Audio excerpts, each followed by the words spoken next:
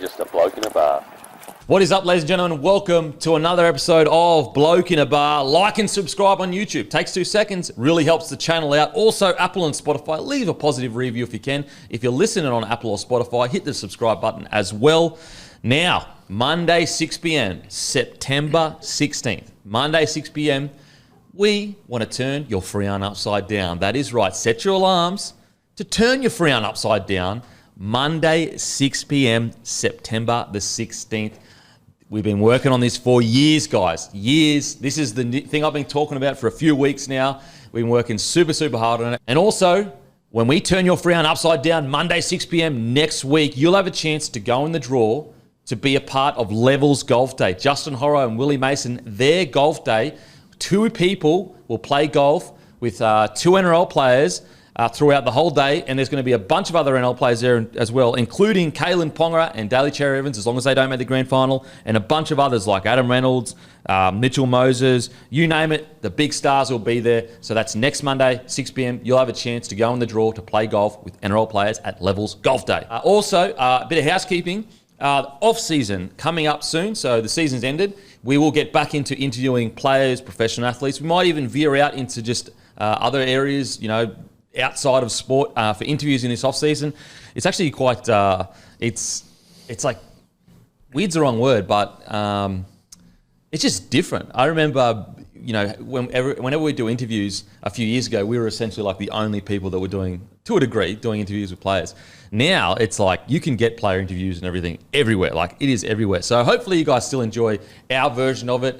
It's good to see that you can get so many interviews everywhere, especially because we don't do them during the year now. So you still get that from other people. But as I said, in the off season, we will be doing heaps of interviews. We'll be going back to our bread and butter, which started this whole thing. So make sure to stay tuned for that. Hopefully it'll be 2 interviews a week. At the very least, we're going to hope to do 1 interview a week once we start off. So I'm really excited for that. And it's a little bit of a different landscape now, because the tough thing is that I might get a guest on that has been on someone else's podcast being interviewed 2 or 3 weeks before that. So if that is the case, apologies, but that's just, you know, that's how it is these days. There's a lot of different people interviewing players, which is, as I said, which is awesome. Like some of the really good interviews that the Buy Round's doing. He got Graham Annesley on the weekend. Then you've got Matty and Coops that are doing some stuff as well. There's a whole bunch of different, you've got podcasts on 9 now as well. So there's heaps of different ways you can do it, but we'll be bringing it back in the off season and absolutely smashing them out. Guru, how's the weekend, mate? It was great, mate. I made my way up to Newcastle yesterday. Those fans up there, they are something else. Yeah. They just love it. And we'll talk about it later in the show, mate, but just every time KP got within a metre of that football, the whole place stands up. Absolute Incredible. superstar. Absolute superstar. Hammy? Boys, how are we? How you going, mate? A little bit of character building over the weekend. Again, unfortunately, I went out to Campbelltown, the 9th wonder of the world, with high hopes. But the thing that everyone needs to remember is the West Tigers never lose. They either win or they learn. We've been doing a hell of a lot of learning over the last couple of years. Yeah. Slow learners. Getting a great education. So here's to learning. Smartest blokes in the room at the moment. Yep. It would seem that way.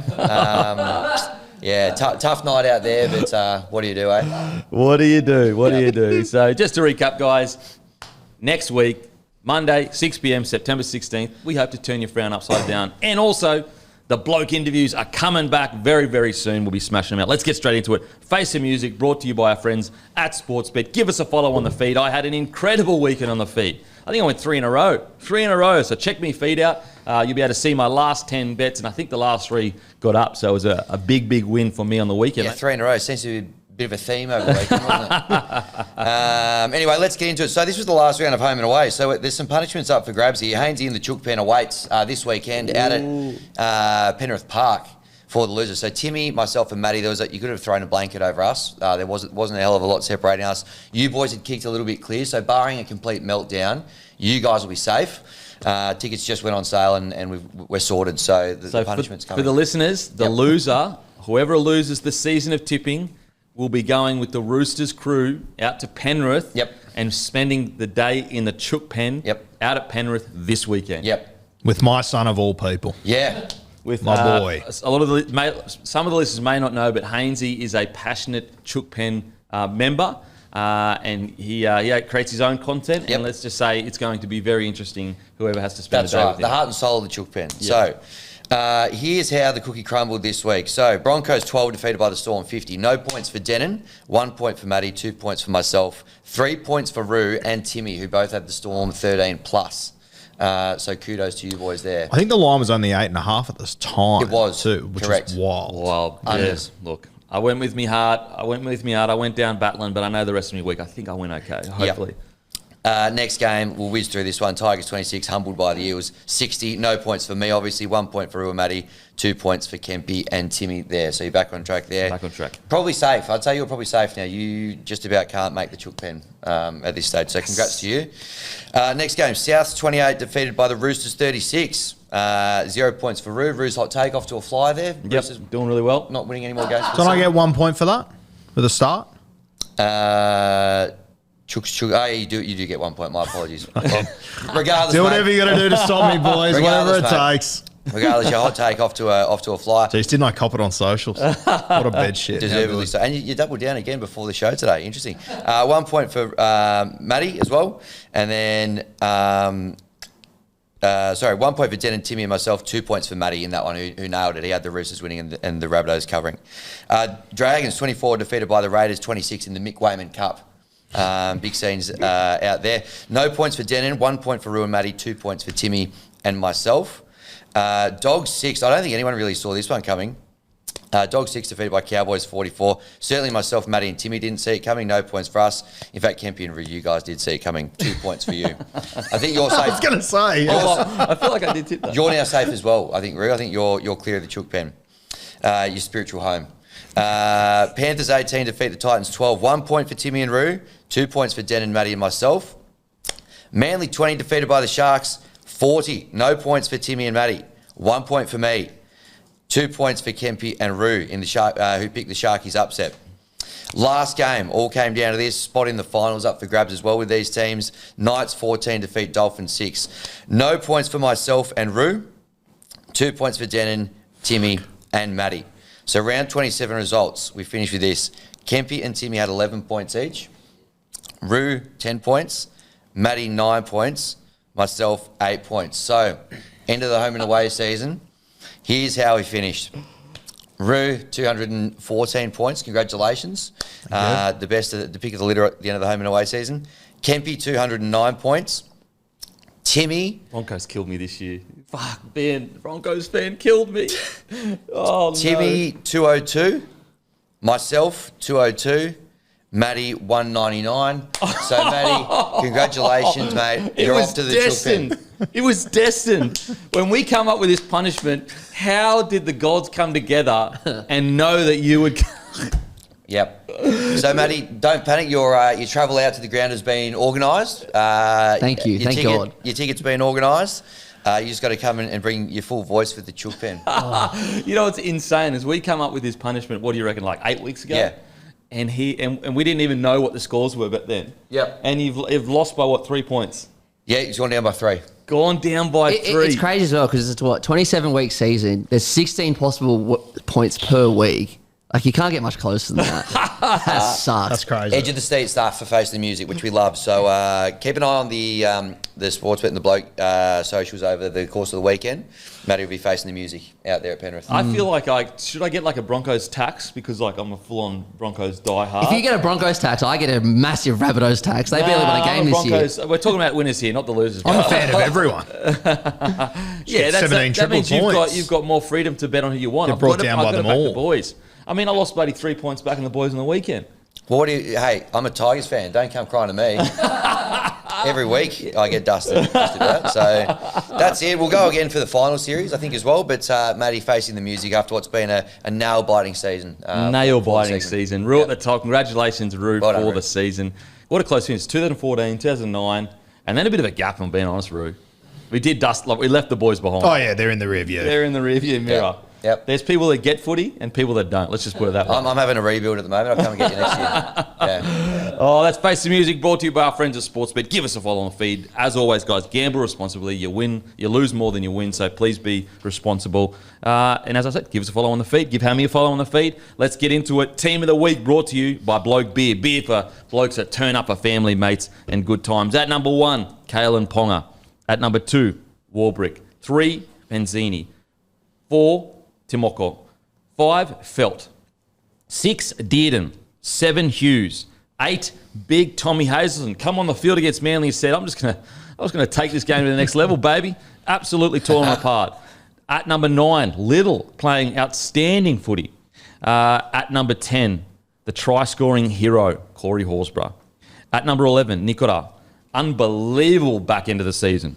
At number 12, Hillam Lukey, a guy that has a decent season, a little bit up and down, but geez, he's starting to hit a bit of form. At number 13, Adam Elliott. At 14, Angus Crichton. At 15, Regan Campbell-Gillard. 16, Cartwright. And 17, Hudson Young. Alrighty, time for our hungriest player, brought to you by Menulog. That's right, a massive thank you to our friends over at Menulog. Let's talk about our hungriest player this week. It is Jerome Hughes. That's right, use code Hughes, H-U-G-H-E-S. H-U-G-H-E-S for $7 off Indian, minimum spend $20. Jerome Hughes, an incredible game. And, you know, I've already spoken about it on Packer Up Boys, but I'll speak about it again. I genuinely believe that if he doesn't win the Dally M this year, we need to have a serious look at the system when it comes to Dally M votes. Now, I understand, I don't have the answers, but I think that last year you looked at it and you went, okay, you've got SJ and you've got KP. Although I felt SJ was the better player across the season, I could understand KP's run because it was so crazy, those 10 games. So you could look at it and go, that 10 games was so incredible, you can understand it. This year, I truly feel that although there have been some really good performances throughout the year, really good, I don't think anyone's been close to Hughes. And on the weekend, we saw one of the most well-rounded sevens we've ever seen, like in regards to performance. One of the best running games we've ever seen at a 7 because obviously he's a former fullback. An incredible game from Hughes, an incredible season from Hughes. If he doesn't win this, we need change. And for me, I look at last year, Kempy, and I agree with everything you said. You got to also keep in mind, SJ and KP didn't beat a top 4 side all last year. Hughes has been the main ball player in the team that's first, that has knocked over the Roosters twice, Penrith twice. Like, there is just no argument against Hughes getting it. Without Munster for a lot of the season. Yeah, he's been the main dude. Yeah.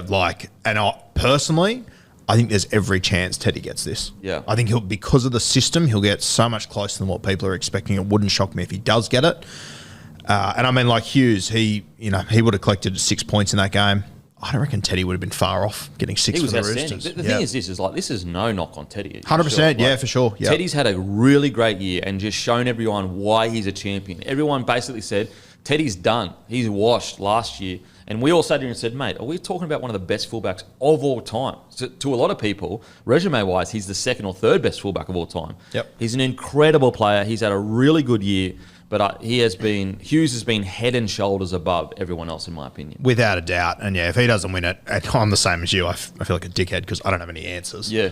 But something has to change. It has to change. Yeah. It has to, because, like, what else could Hughes possibly do to be the best player in the competition? Not only did he have all the injuries in his spine, this year, a lot of people weren't even that high on the Storm this year. So, I know I've seen quite a lot of people go, oh, yeah, because I've also been talking about if he wins a Dally M and he goes on to win a premiership, I personally believe we need to start the conversation of where he ranks as greatest of all time Kiwis. And the pushback on that has been like, oh, he's just in a good system.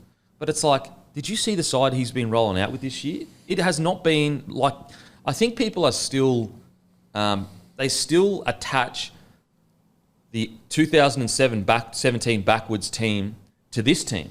When you actually look at this team on paper, it's nowhere near those sides on paper. Nothing shits me more than when people say halfbacks are just in a good team. They're the fucking halfback. Yeah. They are the system. He is the guy. And I tell you what, when Bellyache came out a few years ago and said he would pick him over any other halfback in the competition, and granted, I know people say, oh, he's biased, he's his halfback. It still means something. It still means something. So, for me, Hughes, absolutely, I hope he wins a Dally M. On the weekend, like, if you wanted to mould the modern 7 to suit the rule set that is currently in place in the NRL, like Hughes is that guy. Fast play the balls, wrestle has been reduced, like running game, he's worked on his kicking game. He just doesn't get enough appreciation. Hughes for me, been incredible. Absolutely, I completely agree. Easily the best player this season. You mentioned the injuries he's had to deal with, the star players that have been missing, but the Storm have like they're the minor premiers. They've probably put a gap on most of the other teams. Well, 3 games to go, they locked it up. Yeah, exactly. And he's brought the best out of the players that have come in around him. Like, look at the season that Wishart had when he came in as well. He's an incredible player, and the reason why the Storm have gone so well, and they're the favourites to win the competition. So completely with you. If he somehow doesn't win the Dally M, serious questions. Well, put it this way. As I said, I think people have a hangover of attaching the Storm for the last 20 years with the big 3, with Israel, with Greg Inglis, all those boys, to this. This is who they ran out with the weekend. Fa'alongo, rookie. Warbrook, relatively new into rugby league. Howarth, Meaney, Anderson. That backline compared to the top-tier backlines that the Storm used to run at, on paper, is like not even close. Yep. Now, granted, it just shows you how bloody good they've been this year, that they've managed to win the minor premiership. Then you go into their forwards. You've got Nelson, he would be probably on the bench room. You've got Josh King, Blore, couldn't make the Tiger side. Katoa, been outstanding, but also a guy that, the Warriors weren't too worried about letting go. Trent Leoro is their 13. Like, that used to be either Tina or Dale Finucane or even the Cheese. Tyron Wishart, Kamakamitha, Alec McDonald, and Lazarus Vailepu.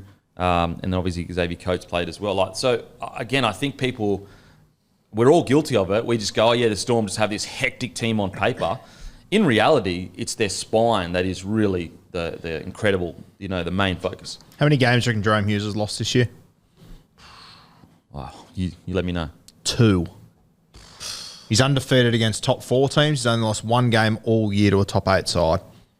Wow, and It's not even close. No, he didn't play that game. He didn't play in that game. He lost to Manly in round 12, and then he lost to the Dragons in round 22. Both games they lost by less than 6 points. I mean, and this is what I come back to it last year when, the boys were throwing up that Dally M between the two of them. I sort of thought, okay, neither of them beat the top sides all year. Jerome Hughes is undefeated against the top sides. Yeah. Like, it's not even close. And also they have been smashed with injuries as well, Melbourne Storm. So incredible. So use code Hughes for $7 off Indian. Minimum spend is $20. Massive thank you, as always, to our partners at Menulog. Download the app. Use Menulog if you're going to get food to your house, because they support rugby league. They're also the video ref in regards to try or no try. That's also Menulog, so it shows you that they're getting behind rugby league guys. Alrighty, it's time for So Hot right now. It's time for the hot take, and it's the great Hammy. That is absolutely steaming. He walked in, you could see steam coming out of his ears. You could see it coming out of his ears. He's absolutely steaming. What's so hot right now for you? Well, it's time for a crackdown, I think. Time for a crackdown on a certain area of the game. A good old-fashioned NRL crackdown. Yep, and no time better than week 1 of the finals. As mentioned, I've been learning a lot this year. Last couple of years, I've been studying the game a lot. As you can see. The learning never stops. Now, one thing that I have had an absolute gutful, yes, probably coming from a bloke who supports a team that's been the most sin bin and sent off team of the modern era, we need to crack down on players diving and milking penalties. It is something as a game that we've kind of been able to take the high ground on for years, because, you look at sports like soccer and you go, how bad does that look? We saw the poor old Socceroos against Bahrain absolutely got towed up by diving players the other night. Cost us on the road to World Cup glory. It's crept into the game this year, mainly around the obstruction rule. We've seen it a lot. There's been some very soft attempts to kind of, make a tackle or get to the play. And it's gotten to the point now where players are taking serious dives, which the optics are horrendous. And I think if you are caught doing that, trying to milk a penalty at the expense of putting in a legitimate effort, you should have 10 in the bin. 10 in the bin? 10 in the bin. I think I've had what? We need to rub it out of the game. It's a disgraceful look. As a game, I think the entire fan base thinks it's embarrassing. And we're at a point now. Now, this is not if you get hit in the head and you stay down and you're holding it or something like that, which is legitimate. This is if you are taking a full-blown soccer-style dive, 10 in the bin. Wow. That's where I'm at with it. That is aggressive punishment. Root. I like it. How you do it, I have no idea. I want to put him solely in charge. Yep. Have a review every Monday morning with you. Happy to. Explaining each of them. But, mate, I don't think it's crept into our game. I think it's flown in. And I get it. If I was a coach, like there was a try that Trey Fuller had taken off him yesterday. Yeah, we'll get to that. That's for sure. We'll get to it. But, like, you don't even see fullbacks score that many tries like that anymore because they never get allowed. Yeah. They get pulled back every single time. I'm kind of interested, mate, to see who's going to be the first coach to go away from the block play and reinvent, because I think once they do, because it's too hard to pull off nowadays. Yeah, absolutely. We'll definitely get to that play because I do not understand it. I don't even think that guy. I don't think they dove in that play, but I understand what you're saying. Sent 10 in the bin. I agree that diving, especially in rugby league, and look, I don't mind if you get hit in the head. And if it was a grand final and they had to get up to score a try, you probably could get up. But because it's a normal game, you're like, I'm feeling a bit dazed here. I'm going to stay down. That's where I'm like, you know what? Look, you get nicked in the head. You feel a bit dazed. Yeah, you probably could get up, but it's probably smarter to stay down. I agree with you. The full-on diving, it does my head in, and I think we've gone way too far of it. However, I think it's because of the environment that's been created. And I think I understand why players do it, because they're sitting there going, well, basically, it's either my pride or we get a penalty that could win us the game. And they make that choice. Each person makes that choice of, okay, yeah, I'm going to get pizzled in the comments section. Everyone's going to call me soft for diving, but my main goal is to win a game. So that's why players do it. If we could find a foolproof rule and you could definitely know they were diving, then sure, but 10 in the bin, holy shit. There was a play in your game, Matty, the South game, where I think they turned Teddy under and Havili was coming across. And if Havili just would have made contact with the guy in front of him, no try, penalty, South kick for touch. Instead, he actually made a genuine attempt and got nowhere near Teddy. And I legitimately sat there and went, that was a bit stupid. And the sad thing is, I'm watching that and I'm like, go down. Yeah, I'm yelling at the TV saying go Yeah. down, which is disgraceful. If I'm coaching Havili, I'm going, what the fuck are you doing? Yeah. You know what? That's the 10 in the bin's too hot. It's too hot. I can't take it. I stand by it. But I will say, the ones where they're going like that and like putting their hands up in the air, penalty to the other side. Yeah. If you see that, boom, penalty. They're the ones I'm talking about. It's not so much the staying down ones. I can understand with them. There's a little bit of reasonable doubt. Yeah. But where you're flapping your arms around, looking at the ref, basically appealing for one. Yep. At the very least, a penalty. But I think that there's a case for some of these ones. 10 in the bin, name and shame. I'll tell you what, bloke would stop immediately. I love when you watch them nowadays, and there's a couple of experienced halves in the game that you can see they defend to it. Oh, mate, they're all defending really, really tight. Don't worry, we'll get to the block shape in regards to the Knights v Dolphins game. That was hot, Hammy. That was hot. That's where we come for, hot Hammy. We're here to learn. Yeah, Hammy's hot take. Yep, that's it this week. Let me know in the comments. I know there's probably going to be some people who will be pretty vocal in there. Yep. At my expense, but that's fine. Okay. That's what the hot take's all about. It is, absolutely. I mean, Ruse last week, he was hot last week. Yep. Steaming hot. Still hot. Alrighty, finals have been locked in. Friday, 7:50, Panthers versus the Roosters at Bluebet Stadium. See you there, Matty. Saturday, 4:05, Storm versus Sharks at Amy Park.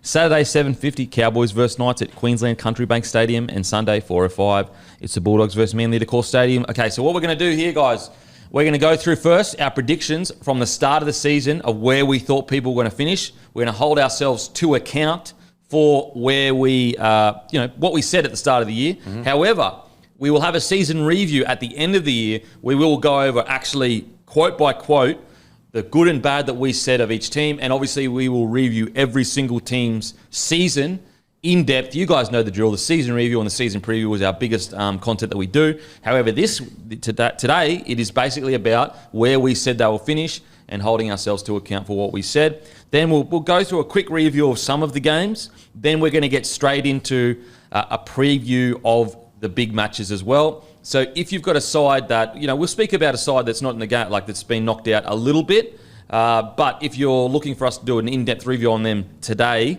that will most likely be at the season review. However, we'll still speak about them. It just won't be as long as, midway through the season where we speak about a game for 30 minutes or whatever. We'll spend that time more talking about what everyone's thinking about, which is the finals game, finals footy. All right, let's get into it. Predictions from the start of the season. We'll start at the top. Storm. I predicted top 4. Guru, 2-5. Timmy, Guru. 2-5. That's terrible. That's stupidly niche, isn't it? That is terrible. Bad. That's two blokes that don't get rugby league. Wow, Yeah, that's the door bad. open. Smelly Matty, tank. even better, top 3. Hammy, top 4. Yep. Most of us did pretty well there. Yeah, most of us did pretty well. Terrible takes for Guru and Timmy. Hopefully they can recover. Okay. Panthers, who finished second. I had top 4. Guru had 1 to 2. That's more Timmy, like it, mate. 1 to 2. That's more Tim like it, just baby. copied my homework or what? Matty, minor premiers, and Hammy, top 4. Wow, what a call. What a call. 1 to 2, 1 to 2 for Timmy. And Guru. All right, Roosters finished third. I said top 4. Guru said top 4. Timmy said 4th or 5th. Matty said 4 to 6. And Hammy said top 4. 3 from 3. Wow, we're going all right at the moment. All right, here we go. Sharkies, who finished 4th. Oh. I said 5th to 9th. Jeez. Jesus. Hey, why do I hate the Sharks so much?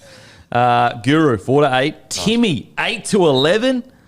Matty, he said 7 to 8. And Hammy Jeez. said 9th to 12th. Answer for your crimes. Jury's still out on the Sharkies for me, I think. Yeah. We'll see. We'll see. What was your thought process from 9 to 12? I just thought that a couple of straight sets exits in a row. I just thought they were a bit of a, not built for the big game. And obviously I've been wrong because they've had their best player out for a big chunk of the season. A few other guys have stepped up. They've actually built quite nicely, as you said in the green room before the show. I think maybe I've underappreciated them here. The Storm are going to take a bit of beating, but they can give them a good shakedown there this week. So, look, I was a bit harsh on them, a bit of egg on my face there, but that's where my thinking was. I thought a couple of straight sets losses in a row might have just taken the wind out of their sails a little bit. Okay. Alrighty. I had them 5 to 9. And the reason why I had 5 to 9 is I did think that last year, I think they finished 5th, and I thought more teams would improve. I thought more teams would improve. B, I didn't know if the Sharkies would improve as much as they did. I think they've improved quite a lot. As you just said, like they've been without their main playmaker a lot of the year. That's an excuse that some of the teams that didn't make the 8 have been using for why they didn't make the friggin' 8. Mm-hmm. I think next year when we do this, we have to make it like 1 to 4, 5 to 8, because me going 4 to 8 is the most cowardly thing I've ever fucking said. It's a quarter of the comp. Okay. Timmy, 8 to 11. Timmy's obviously not here, so we can't get his thoughts there. Alrighty, Cowboys. Cowboys come 5th. I had Cowboys 6 to 9. Guru, 7 to 10. Timmy, 5 to 8. Matty, 4 to 6. Hammy, 5 to 8. Guru, tell us why you had 7 to 10, mate. You know when you're wrong, but you feel like you're right? That's me right now with the Cowboys. You know they have got the best record. No, don't say it yet. Don't say it yet? We'll Okay, we'll save your say it. We'll get to your segment. Yeah, I don't know. I just didn't think the Cowboys would have what it took this year, and I'm not convinced they do still. But, yeah, I'm impressed by all of you. I don't remember us being high on them at all. Maybe I was only listening to myself. Yeah, I think so. That's, Might have been. That's impressive. If they had lost on the weekend, they would have dropped down to 7th. Yeah. I'm pretty sure. So Big swing game. Yeah, very important game. Okay, now on to the doggies. Okay. Oh, shit. I had them bottom 4. Guru had them bottom 4. Timmy had them bottom 4. Matty had them bottom 2. Matty, that is disgraceful, mate. Hammy had them bottom 4. Look, I personally, I thought on a good year, with all the recruits they'd got, they could probably get to like a 13. And that would be considered a good year to build a foundation for next year and the year after, where they would either recruit or their young fellas would come in. In no scenario did I think that they would be coming 6th this year. They've been absolutely incredible. I'd argue they're 2 years ahead of where I thought they would be. I think even Serraldo is sitting there going, you know what, I think we're probably a bit ahead of where I thought we'd be. It has been one of the most incredible turnarounds I've seen in a very, very long time by the Bulldogs. Couldn't be more impressed. When your job is to predict footy, rarely are you happy to be wrong. This one's a classic example. Oh, mate, absolutely. Absolutely. So good. I had bottom 4 in terms of points conceded, which I nailed, so I'll stand by it. So, yeah, look, Bulldogs, we just got it wrong. We just got it super wrong, and they proved us right. They proved us wrong, which is the best thing in rugby league. It's the most satisfying thing. It's proven the doubters wrong, and they did exactly that. Incredible season. Alrighty, Manly. I had 9 to 12. Guru had 10 to 14. Timmy had 9 to 12. Matty had 10 to 12. Hammy had 5 to 8. Now, I recall what we said about this. A lot of this was based around we weren't sure whether Tommy would go throughout the whole year and play pretty much the whole year. And so basically we gave two answers. One answer was with Tommy playing, and the other answer was with Tommy not playing. And I think that this was without Tommy playing. However, I do recall Hammy being very bullish on Manly. I was, but I'd also said that they were only going to be a threat to the competition if Tommy stayed fit. And I said that I thought they could probably sneak in at fifth. He obviously didn't play on the weekend. If they had won the game on the weekend, they would have finished fifth. So wasn't a million miles away there with that. Interesting to see if he comes back and what sort of shape he comes back in this weekend for the finals. But yeah, if they stay fit, they brought some good players in. Luke Brooks was a great addition to their side this year as well. And yeah, I think they've earned a good spot in the finals. And again, if he's fit and he's playing, as we saw, they knocked off the Bulldogs a couple of weeks ago. They got them again this week. They could go a little bit deeper into the tournament. Alrighty, on to the Knights. I said 4-8. Guru said 4-8. Timmy said 7-10. Matty said 7-9. Hammy said 9-12. Hammy, what were you thinking about the Knights there, eh? Look, they have only just scraped in, and I can't see them doing much damage in the finals anyway. So, look, maybe if I had my time over, I would have put them in that kind of 6-10 category. But I don't know. I just felt like there was going to be... I thought they peaked last year. Probably Hastings and Gamble and some of those guys probably had the best year of their careers. Hastings not even in the team anymore. There's been a bit of churn and a bit of change. I didn't think they were going to be able to match the heights that they hit last year. They've made the finals, credit to them, but that's where my head was at. Yeah, see, I had them in 4-8, but I actually had them more closer to 8. I just didn't think Caleb Hong could do what he did again this year. Now, in the last couple of games, he's been outstanding. So, not necessarily the heights of last year, but he has been incredible. Around 8, I actually think it's the fact that they were missing KP for as long as they did. I think it's actually the relatively successful year for the Knights. However, they're a bit of a strange one to pick because I'm just unsure what their role, like what their squad's going to be next year, especially in key positions. But what I like about the Knights is in typical Knights fashion, they just somehow, some way, wasn't pretty. It was pretty ugly most of the time. Got it done. And yeah, they finished in 8th. So relatively accurate there. I mean, if you're given the context that the Knights will be without KP for a long time and have 8 different halves pairings, I would have tipped them to be bottom 4 with that context. So to be 8th is incredible. Alrighty, Raiders. I predicted 13th to 15th. Rue 13 to 16, Timmy 13 to 16, Matty bottom 4, Hammy 13 to 16. Once again, the Raiders egg on our faces. I thought they'd be the biggest sliders. I thought they overachieved last year. For them to have finished 9th with Fogarty being out as long as he was has been absolutely incredible. And once again, they prove us wrong. Once again, Ricky Stewart and his boys prove everyone wrong. We always count the Raiders out. They're out of sight, out of mind. This is also one of those ones where I'm so glad that I was wrong because I love what the Raiders are about. And yeah, absolutely got this one wrong. I just didn't think they had the cattle. And I thought the Broncos would go again. I thought the Warriors would be better again. So I just thought that would just push them further down the table. And once again, they prove us wrong, the Raiders. I'm going to get sucked into this trap again next year. I can already see it. Losing the experience of Whitehead and Rapinoe and with the young guys they've got coming in, I'll tip them to underachieve again, I think. But Ricky, he knows how to galvanise guys. It's incredible. Like when you actually look at their roster, the fact that they were this close, like imagine what they could do with a bloke like KP at the back or something. Yep. It's just incredible. You always forget they lost Whiten.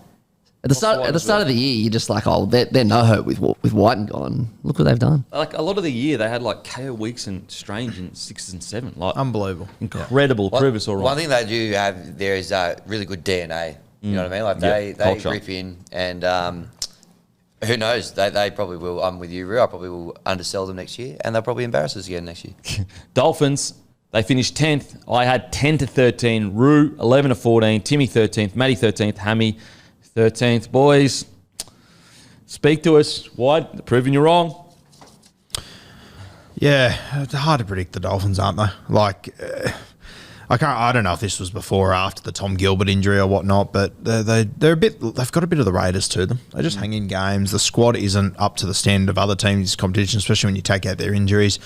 Man, they're going to be hard to predict next year with Wayne leaving. Yeah, you just don't know. No idea. You just don't know. But what an incredible season. Like, 10th is if everyone stayed fit. Like, that was our best prediction, was 10th. And that was me putting them at 10th if everyone was fit. For them to lose all those key players, have Herbie out for quite a while as well, and finish 10th, It is an absolutely incredible season, and I know they be really disappointed with what happened yesterday, but I think it's been an amazing season for the Dolphins. 100%. An amazing season. So, we got that. Like, even I got it wrong. I think, even though I predicted 10 to 13, I got it wrong because I did that with their full-strength side. Yeah. So, like, imagine where they're finishing if they had just a little bit of luck with injury.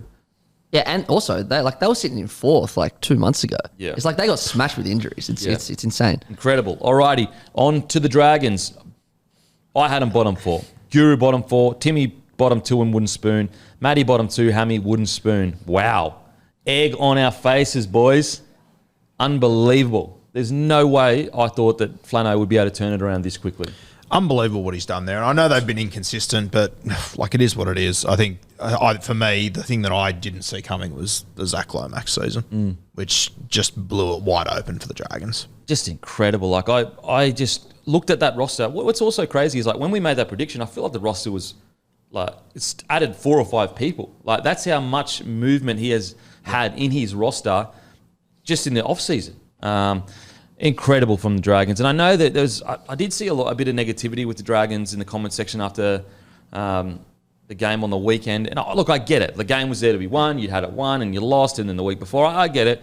But yous are so further along than what anyone expect. Like literally anyone expected. If you had said to Dragons fans at the thing of the year, you'll be fighting for the 8th spot in the second last round of the year, I think a lot of Dragons fans would go, I'll take that any day. 100%. Yeah. Any day. Credit to Flano. He's turned around, got them fighting for finals, and he's got players who were desperate to leave.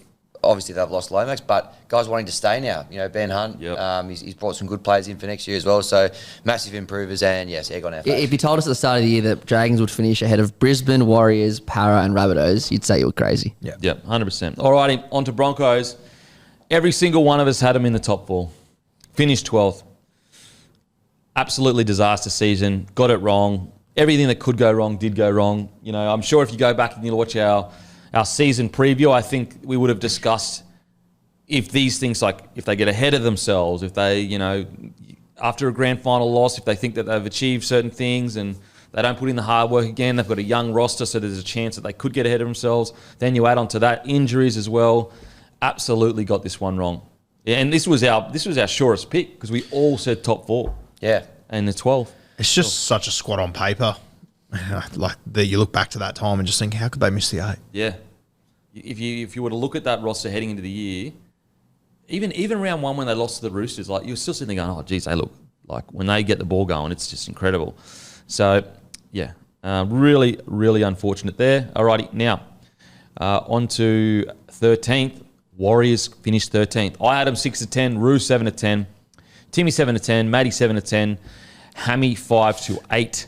I thought the Warriors would slide a bit. I didn't think they'd slide this much. However, I do think their injuries probably account for that 13. I reckon they probably would have finished where a lot of us predicted if they didn't get so smashed by injuries. I came into this season sort of tipping them to miss the 8, and then I watched their first 2 losses and how good they were, and I completely flipped. I went, no, this team's the real deal. And then it just went to shit completely. A bizarre season. They did get absolutely pounded by injury. They did, yeah, for sure, yeah. But yeah, I didn't see them slipping this much. They just, and even like, what's weird is like watching them play. Like, I still don't picture them as a 13 side. Yep. Like, they still put on patches of top tier footy. When you say injuries, Hamilton, geez, that Metcalf injury was key. Yeah. His value is huge at the moment, Metcalf. Alrighty, Titans finished 14th. I had them 7 to 11, Roo 8 to 12, Timmy 9 to 12, Matty 10 to 12, Hammy 9 to 12. I mean, like, obviously Broncos most disastrous season.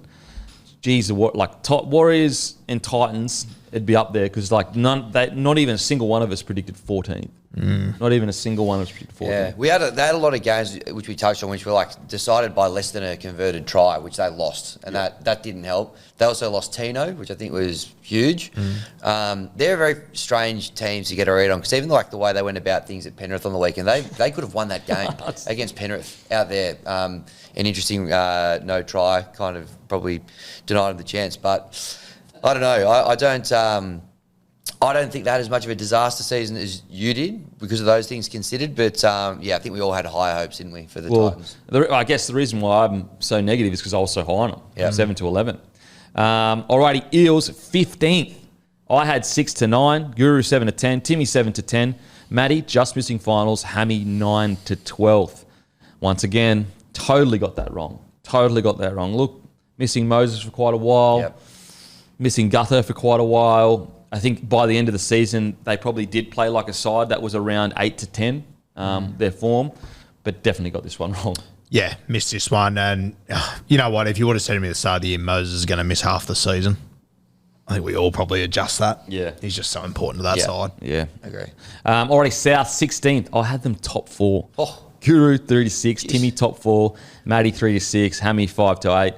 Look, Broncos had the most disastrous season. I think South's a close second. And if you made the argument South had a more disastrous season, I wouldn't push too hard back against it. This will sound ridiculous. I remember tipping this and thinking, will they finish 1 or 2? Yeah. That was my bigger concern than will they finish below 7. I was so high on South. Like, I just thought bringing Jackie White into the club, they would be monsters.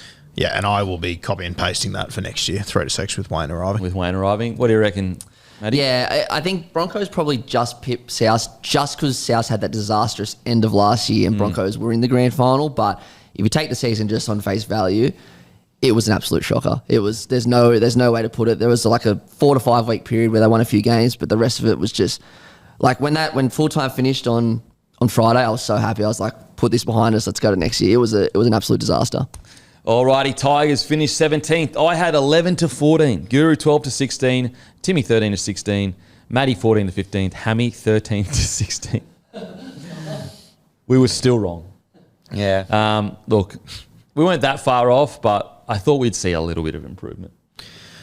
Yeah. You know what? I feel like they have improved. I just feel like on the ladder we're not seeing it. And the improvement's been small, don't get me wrong. But I think there are a lot of silver linings, mainly Lockie Galvin this year for the Tigers. It's tough, though. I think my exact words were top 16, here we come at the start of the season. Missed it by that much. But look, I mean, extremely disappointing. Rue's spot on, though. The one thing that Benji has done this year, which he can hang his hat on, is he's played the kids, and there's a lot of juniors that have come through and got most debutants of any club. Yep, and they've had a lot of, there's some really good green shoots there, which hopefully will set us up for some improvement next year. But although I have to say, I'm not sure how many more next season will be our year I've got left in me, to be honest. But see how we go. Shout out to Roasty, by the way, who out at Campbelltown the other night actually presented me with these on full time as well. Oh, there you go. Shout out Budgie. Shout out Budgie Smuggler. Shout out to Budgie with the wooden spooners. There you have it, guys.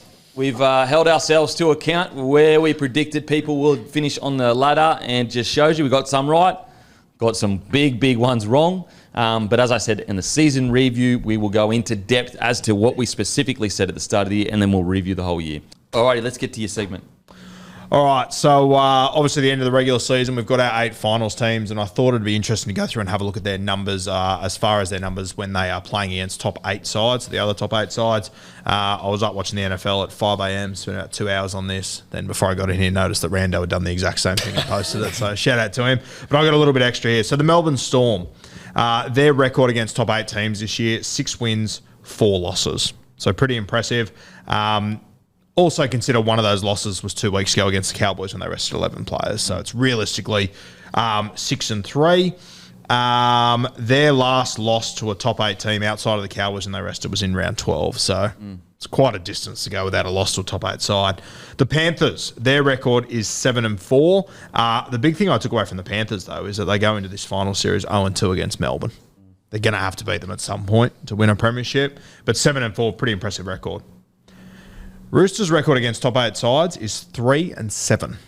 They haven't beaten a top 4 team yet this year. So 3 wins, 7 losses. Their only wins over top 8 teams were Knights, Bulldogs, Seagulls, that are all bottom 4 of that top 8. So really interesting for the Roosters over the next. This is why I haven't been super high on them, because they really haven't knocked off any of the top teams this year.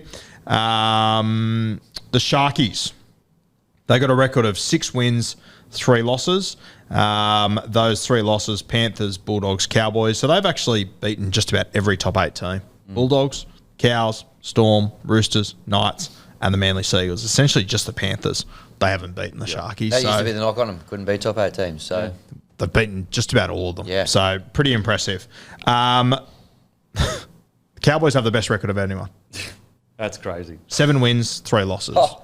Bit of context, they played teams during Origin, but they were also missing 5 or 6 Origin players. They obviously had the win against Melbourne Storm 2 weeks ago, which, they rested 11 players. The only team the Cowboys haven't beaten this year that's in the top 8 is the Manly Seagulls. So for that team to finish with a record of 7 wins and 3 losses against top 8 sides, that blows my mind. Cowboys are so hard to analyse because when you hear that, you're like, we have been so wrong on them for so long, all year.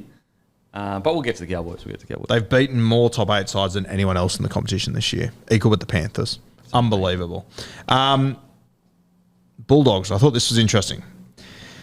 Their record against top 8 teams, 4 wins, 7 losses. I went a little bit deeper with Canterbury. Against bottom 8 sides this year, they're conceding an average of 14 points per game. Against top 8 sides, they're conceding 21 points per game.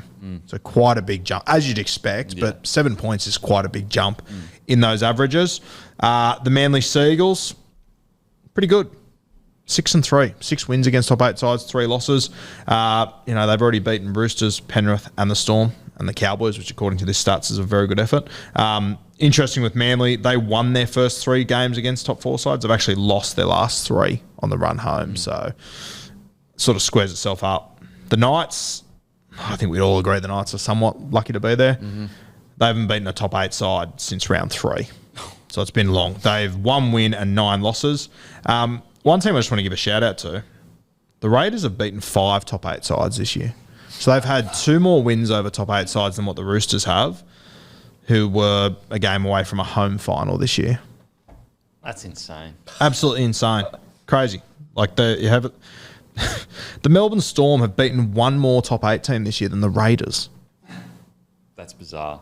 That is actually fucking bizarre. It's incredible. They are just such a unique outfit, the Raiders.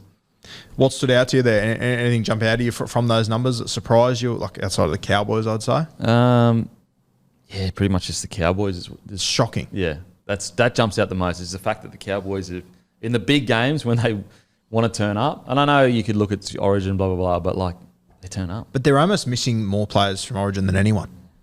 But even on the weekend, they just said, oh, yeah, Bulldogs, huge clash. Yeah, we'll turn it on. In Sydney. Just fucking smacked them. Mate, when I got those Cowboys stats, I redid that 3 times and still didn't believe it at the end. And then Rando posted and I thought, okay, I'm probably sweet. Wow. That Raiders stuff is very interesting as well. Like the fact they're able to beat so many top tier sides, but then go and get spanked by the Tigers at Campbelltown, Titans up at the Gold Coast as well. Some of the teams that have been the worst. I don't know. Spanked by the Broncos, and the Broncos have been just diabolical last month. Yeah, Crazy. I think the Sharks. That's the big one for me. Last 2 years, they apparently haven't been able to beat top teams, and You sounds know what like they're going all frustrates right. me about that is for so many years that's been people just been peppering them with it, but then no one comes out the people that have been peppering them with in the media and says, you know what, I'm wrong. Look how good they've been this year. I haven't seen anyone that's been smashing the Sharkies going, they did it. They've done it this year. You know what's interesting about them against top 8 sides? They win on average by 16 points. You know, the only story now, it's almost like they're moving the goalposts. The only story now, and it was last week, was can Nico Hines do it in the final series? It's out of all the people to make that talk, you make Nico Hines, who's been out for this long, far out, leave the bloke alone. Yeah. He's had 3 opportunities at it, and out of 2, in 2 of those opportunities, he was their best player. He couldn't have done more. I'm stoked at how well Nico went on the weekend and the Sharkies went on the weekend. I think he gets so unfairly. I'm a huge fan of Nico. Seriously huge fan. What has he ever done wrong? He has 3 finals games, and out of 2 of them, he was one of the best players on the field. Yeah.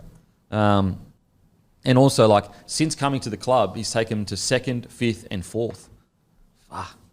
Tell you what, I'd love that. You can come to my club and do that for me. Mate, I reckon they are every chance this week against the Melbourne Storm. I reckon a day game down there. The Sharkies aren't scared of them. I think Melbourne don't like sides to move the football around. They've got their strike centres. I think the start's 10.5. That's enormous. Starts 10.5 for Storm. Yeah.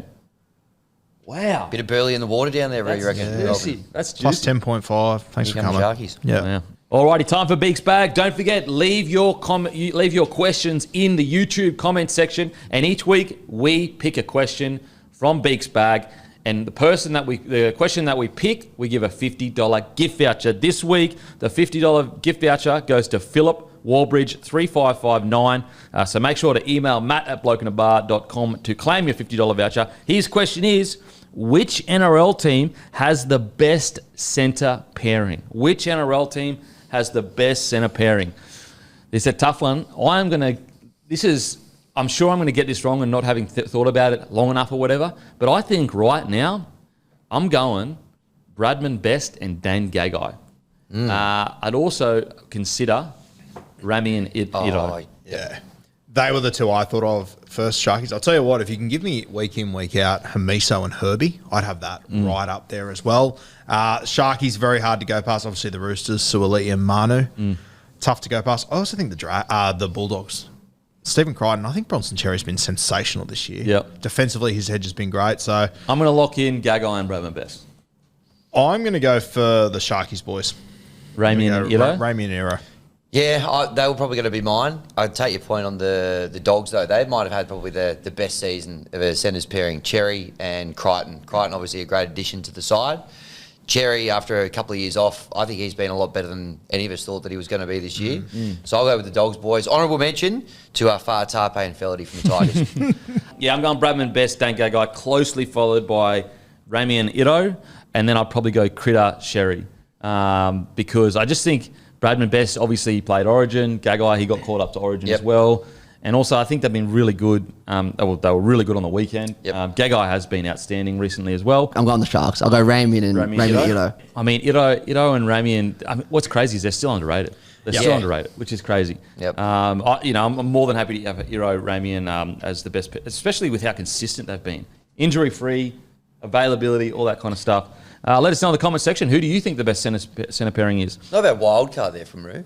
Week in, week out, if you get those boys from the Dolphins together. Man, those two, like when they're both playing, like Herbie obviously played centre all year and was Dally M centre last year, and Hamiso when he's playing centre is just unreal. Yeah. It's going to be interesting to see what happens next year with the Dolphins, new coach and everything. Alrighty, let's get into it, shall we? Round 27 review. As I said, guys, what we'll do is we'll just focus more on the teams that can play finals. We've already said pretty much everything we have to say about the Broncos, so we won't spend too long on them. Broncos get defeated by the Storm 50-12. Don't forget, catch every NRL finals in KO this week. Every game is now super important now that we've hit the finals time. Catch the games live and ad-free during play on KO. Massive thank you to our partners at KO. Storm defeat the Broncos 50-12, and I tell you what, this is exactly what the Storm needed. A ruthless, dominant win. They've beaten top four sides. They've done all that. They are peaking at just the right time. They're confident. They've got swagger. Their 7 is firing. Munster's getting better each week. The only concern is the Fa'alongo Pappy situation. Hopefully Pappy is good to go. They said it was just bruising, so you'd assume it would be good to go. If he is good to go, they're looking absolutely fantastic. What a problem to have too, working out between those two. Mate, especially after they rested 11 players last week, and you know what Bellamy's like, his history against the Broncos, he just loves this clash. They're always going to be up for this one, and they did what they had to do, put them to the sword. It's a team that 12 months ago was in a grand final, so full credit to the Melbourne Storm. This is sort of was my concern throughout the year. Do they have that extra level to go to? I think they're starting to show it just quietly. Yeah, they're remarkable in the way that they just continue to build towards the point end of the season as well. Very impressive. It's a good point you make, though, about that injury at the back. How do you think they will reshuffle that? Is that somewhere where you just plug Wishy, as he's kind of been your utility all year, or do you look at a guy like Grant Anderson at fullback? Well, I think Pappenhausen's supposed to be sweet. Oh, he's back. Well, it was bruising. Yeah. Okay. Unless it's not bruising, it's something else. Yep. Bit weird. The whole situation is very weird. Yep. Because initially it was a cork. Yeah. Let's say hypothetical, they're both out. I'd play Wishy at 6 money. Yeah, you put Munster at fullback. For sure. Absolutely. If Munster has the fitness, though. Oh, yeah. Yeah. That's a tough one. Fucking make them entertaining. What a cat amongst the pigeons, if that is the case. Yeah. I'd assume Pappy is sweet because... Yep. Yeah, they just said it was bruising. Yep. But yeah, I think you go Munster at fullback if he's got the fitness, and you have Wishy at 6, and you may be on the bench. You've got Grant Anderson, like you've got wingers and that can fit back there if you have to. Yep. If Munster runs out of gas. Yep. But yeah, in regards to Storm performance, a little bit concerned with Sewer hamstring injury so early. Being such a small body and being so explosive, and look, the Storm will absolutely do this. So, it's almost pointless me saying this, but geez, it's important to get his hammies right now when he's so young. He's, so explosive, so quick. The last thing you want is does his hammy and then he does it again. So just got to make sure he stays on top of that, because it is, I wouldn't say it's, for a small guy, usually you don't get those soft tissue muscles injuries early. And the problem with Fa'alongo is that the main part of his game is his explosiveness. And so you just don't want to take that away. And the more obviously soft tissue injuries you get, usually you lose a bit of that explosiveness. So just got to make sure they stay on top of that. Now, as I said, I'm sure they will, but just worth a mention. KP's got an incredible knack of just off kick returns, just coming out the other side. This kid's unbelievable. It is crazy. It's almost like every time he touches the ball, something happens. Yeah. Every time he touches the ball, something happens. And what I can't wait is this is his first form. Imagine when Bellyache has his hands on him for 3 or 4 years. I know he's already been at the club for a while now, but this is he hasn't had a full year of NRL yet. I think the other thing you need to keep in mind with Sua is that he's come through that Melbourne Storm, from right through the juniors, which from watching the juniors and watching those Thunderbolt sites that come up here, they're not the most well-structured sides. Every team he's been in would have just been built around give him the football and he'll create something. I think at the moment still his timing on those sweeping plays is not perfect yet. As you said, with another year or two, Bellamy could turn him into a superstar. Yeah, I mean, Billy Slater, when he came in, his timing wasn't great at the back either. Yeah. He barely had ball playing. And then by the end of his career, he was phenomenal at that. So I've got no doubt that Bellyache will be able to do it. And just his incredible explosiveness it's been a long time since we've seen a guy this exciting this quickly every time. It's usually he had one really good game there and then he goes a little bit quiet. And it's every game, there's a highlight reel. Every single game. And just how they just keep producing fullbacks. Yeah. It's crazy. It's unbelievable. Half the guys we're going to talk about today are former Storm fullbacks. Yeah. That have gone to other clubs or moved to halfback for them. It's crazy. In regards to other performances, what I loved about it, Harry Grant looks like he's getting back to his best. Harry Grant's by Harry Grant's standard, it's actually been quite a quiet season. Also, guys, we spoke about Jerome Hughes quite a bit, so if you want to hear that, go back to Hungriest Player and you'll be able to hear us talk about Hughes quite a bit. But yeah, Harry Grant for me is one of his better games in a while, just because he had a bit of openness in the ruck. I feel like this year, outside looking in, it feels like it's a big year mentally for Harry Grant because he's the captain now. Yep. And I think that if you're nearly every captain that first year, I reckon they probably go into it thinking, I need to change this and I need to worry about that. And I actually didn't realise how much work goes to going into being a captain. And I think that we're seeing that with Harry to a degree. And sometimes he might be overthinking things or he's not just playing naturally the way we see it. As we get deeper into the year and he gets more used to being captain, I think we're just seeing him blossom more. Yeah, I think there's a really fair argument. This year's probably been his quietest year. He hasn't played poorly or anything. It's just been his, normally he's the explosive, running 140 odd metres a game. I think he's just picked his moments better. And I think, credit to him, mate, he's realised my halfback's got the hot hand. Get him good ball. Yeah. He's done that all year. And I think as well, with Munster coming back, it's taken them 2 to 3 games to go, you know what? Hughes is the man at the moment. Yep. It's his call, whatever he wants, whenever he wants it. And it's working. It's working. Matter of fact, you're seeing Harry Grant create moments for Hughes now. Whereas I feel like for a few years it wasn't necessarily the Harry Grant show, but it felt like Harry Grant first, rightly so, because he was the best hooker in the competition. He still is the best hooker in the competition.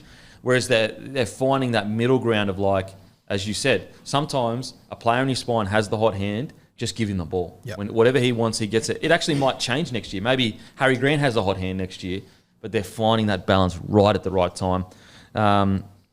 Outside of that, Eli Katoa, we speak about him every week, but once again, outstanding performance. Once again, just getting better and better. His improvement over the last 2 or 3 years has been incredible. And we talk about, we've been saying for a long time, probably since Cheese left, just that forward they're missing. I feel like he has really stepped into that role and sort of played that role that Kikau played for Penrith when he was back there, where they can sort of shift just to gain momentum. And I think the boys off the bench, I think Tui Kamakamitha, I reckon he's playing some of his best footy I've seen him play. I love this Lazarus Valipa. I think I'd be finding a spot. I don't know how it'd all work, but I'd love to find a spot for him, just a 20 minutes in off the bench. He might be that big bopper forward that they just were, missing in finals. Almost that rookie that usually every team that wins a premiership discovers around finals time. Just that rookie comes in and goes, okay, now he's a mainstay. I've got to give the front row for the Storm, I've got to give them massive raps because we've been super critical, not in a negative way about their front row, but we've always talked about, just that forward pack. I wonder where they can go with the big dogs. Mate, they've been outstanding this year. Kamikamica has easily had the best year of his career. Nelson is definitely getting better and better with every game towards the back end of the season. Like, there were periods at the start of the year when Nelson was getting like 10 minutes and it wasn't impacting games. Mate, there was a period of the season where I was sitting there just waiting for Nelson to leave. Yeah. I thought he was good as gone. There was an Instagram post that I was like, fuck, he could be gone by Tuesday. Yeah. And now he's an integral part all of a sudden again and playing great footy.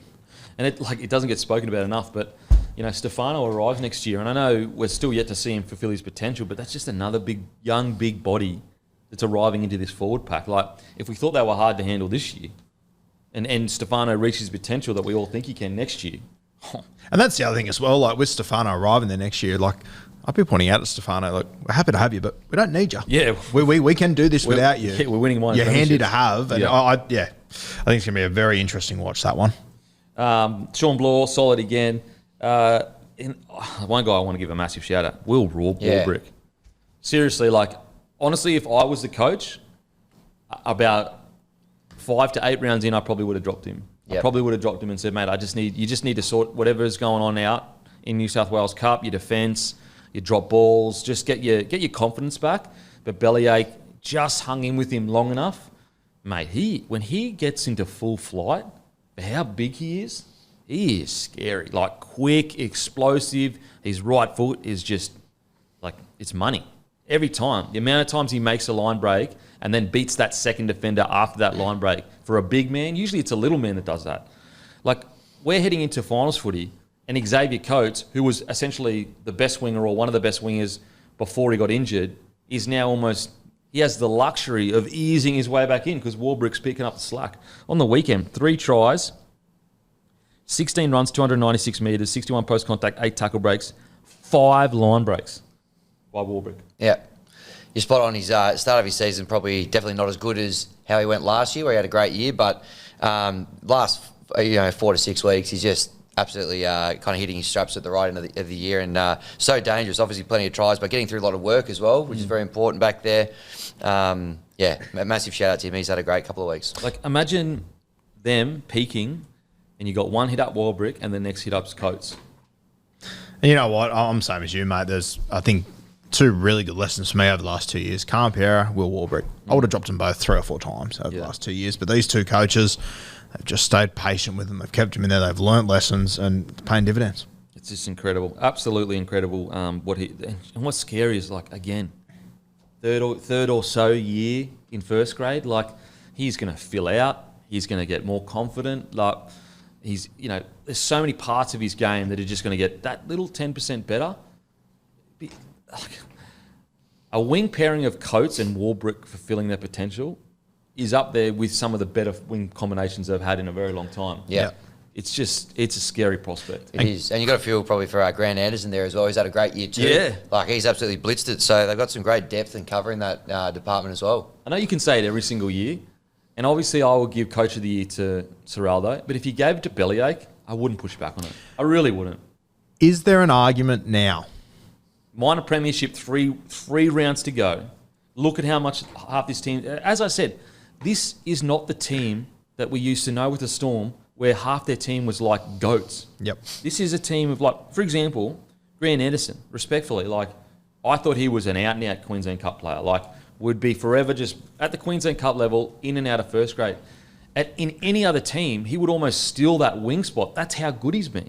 Is there a conversation with how Canterbury have ended their regular season to maybe lean towards Craig Bellamy? I just think the Bulldogs have come so far. Yeah. Yep. And the Storm, because they have been so consistent for so long, that works against Bellamy. Yeah. Because he's it's almost of course Bellyache's got a minor premiership. That's what he does. Yeah. The last time the Melbourne Storm lost to a top 8 side was in round 12. Look, put it this way: if there was 1, 2, and 3, I'd probably go Serraldo, Bellyache, Flanagan. Those three. I'm trying to think. And then maybe Fitzy, Payton. Probably that order. Yeah. Honestly, if we get to the end of the year and Bellamy gets it, I can understand where they're coming from. Absolutely. I can get it. As I said, like, this team on paper, like the front row, if you take out Nelson, for a lot of the year, their front row was Josh King, Kamikamitha. Well, he took Nelson out. Yeah. And so, like, Josh King and Kamikamitha, at a lot of other clubs, because the administration and coaching is good, they'd almost struggle to make a bench at some of the other clubs. Not because of their talent, just because Bellyache is so good at drawing out their talent. And I think a lot of people would look past Kamikamitha and Josh King because they don't have that flashy, style like the top tier front rowers do. Like, they couldn't be further from a Payne Haas and Adam Fanua-Blake at Tarpon. Like, could not be further, and yet they're the ones winning the minor premiership. Yeah, and I mean, we look straight to the middle forwards because the edges have been so good. Blore and Eli Katoa, they're not who they are unless they're at the Melbourne Storm. Blore couldn't get the Tigers were happy to get rid of Blore. The Tigers at 17. Not to mention, mate. Thanks for reminding me. Yeah. 2 years ago, the Dragons are happy to get rid of Tyrant Wishart. Yeah. And so when you actually look at like what he has done with these guys, like it's amazing. Like with Hughes, think about this. Hughes is about to win a Dally M in his third full year of 7. Like, that's incredible. If he does win the Dally M, hopefully he does. Yeah, it's amazing. And then also on top of all that, Nico Hines goes away, wins the Dally M. Tino goes away, becomes one of like a key Australian and Queensland player. Dale Finucane, a leader at the Sharkies, like they were all marquee signings at all these other clubs. Yeah. Cowboys are built around Drinkwater. Cowboys are built around Drinkwater. And also he was like top 5 in the Dally M's last year or the year before. Like, all these guys haven't just gone away and just been like, oh, okay, they're not that great. They've gone away and been like Dally M winners and stuff. And he's just gone, oh yeah, I've had like pretty much half my squad just taken from me, and also not just half my squad, guns. You know what? Just replenish them with people from bottom tier sides. Yeah. It's just incredible. And when you talk about the forward pack as well, mate, let's not forget that, Wayne literally took half of them, went to the Dolphins. Yep. Bromwich, Kafusi, yep. Like, they've lost so much. Like, I look at the Canberra Raiders losing Elliot Whitehead and Jordan Rapiner and just go, oh, the culture's going to take a hit. Melbourne lost their entire culture for a decade. Amazing. Absolutely amazing. Alrighty, on to the Broncos quickly. I've already said my piece on it. Extremely disappointing. Would love to get your thoughts quickly. Oh, mate, I don't have a heap more to add. It has just been absolute chaos up there. And they have had injuries, and I get that, but it doesn't excuse what they've done for the players they've got and just everything being the Broncos who they are. Like, mate, there was part of me 3 weeks ago when he said, oh, we will make the top 8. I thought, okay, we're leaning into what the Broncos used to be. I don't love it, but I don't hate it. I get where he's coming from, that they're a confident side. But, in hindsight, to say that the week before you're playing Wayne Bennett, and then before you play Craig Bellamy, I don't know what you guys are going to do up there. Yeah. In fairness to him, he didn't say what year they're going to make the top 8, so no, he's looking ahead till next year. Very disappointing season. You'll know better than anyone, Kempy. And it just feels like there's a lot of noise around the Broncos at the moment, whether it's, coaches or ex-players, all sorts of stuff. Just doesn't feel like a particularly happy time up there right now. So they got to sort that out in the off-season, I guess. But, yeah, super disappointing. I'm going to leave Debbie out of this one and look for a silver lining. This is the first time in first grade that I've sat there and gone, holy fuck, Moser looks amazing. Yeah, in a pack that was going backwards, he looked incredible out of 9. And I've seen it in reserve grade and everything, and it's looked fantastic. First grade, I haven't quite seen it yet. That was the first time the other night. As I said, they were on the back foot. There was not much doing. It was a 20-minute period where he looked dynamic there. Yeah. I can't wait to see him have a whole another preseason, and probably will get that starting jersey next year, I'd assume. I think you have to. Yeah, absolutely. Alrighty, let's get on to it. Eels defeat the Tigers 60-26. 60-26. Come on, mate, stop laughing. We won't spend too long on this, but like the Eels, we've been saying it for quite a while, but the back end of their season, they haven't been playing like a wooden spoon side, and they just turned it on. They showed you what that roster is actually capable of, and just tore the Tigers apart. Could a spoon bowl ever be more honest? Like, this was just... 86 points scored, and it was just a shit fight. And I agree, mate. Like the Eels, they score 60. Like they've been playing well the last few weeks, but my God, they've been conceding a lot of points still. Yeah. And I know like they'll get Mitch back next year, and I'd like to think that they'd be competitive. But I think they're huge. Have we got anything on Dill Brown yet? Is that So he didn't do his ACL. I think it's like a partial tear or something like that. So he won't need a full reco. What about Pensini? Is he sweet? I think he is not an ACL. God. I think it might be a medial. I just mean Jason Rolls walking around from that ground going, fuck, I could have lost Dill here. Far out. Just be going, just my luck. Like. And Dill Brown has had a bloody good year when he's played 6. Yeah. Just quickly on Pensini. So there's 16 minutes to go. They've already won the game. And Pensini, injured but desperate, gets up and plays the ball. Like you could see his knees stuffed. He's in so much pain. He has nothing to play for. Easily could have stayed down and been like, man, my knee's killing me. But he gets up, plays the ball. I just think Pensini, if you're looking for silver linings in this year, for me it's been Pensini, the Eels. I think he's had his best year so far. Yeah, he has. I think he's turned into last year's he's been like just a young guy that's playing well. Like I look at him now as just like would you call him a strike centre? Just a good centre. Good centre? Good centre that's just getting better and more confident each week. Mate, if he can put together one more good year, I'd be happy to call him a strike centre. Yeah. I think like he's one of those guys you can just give early ball to. He doesn't get the attention of other guys, but he just always tends to beat his first defender and create a little bit of momentum there. So, yeah, I love him. And when you look back at those tapes of Suoliti coming through high school, like Pensini's in all of them. Just no one noticed it. Yeah.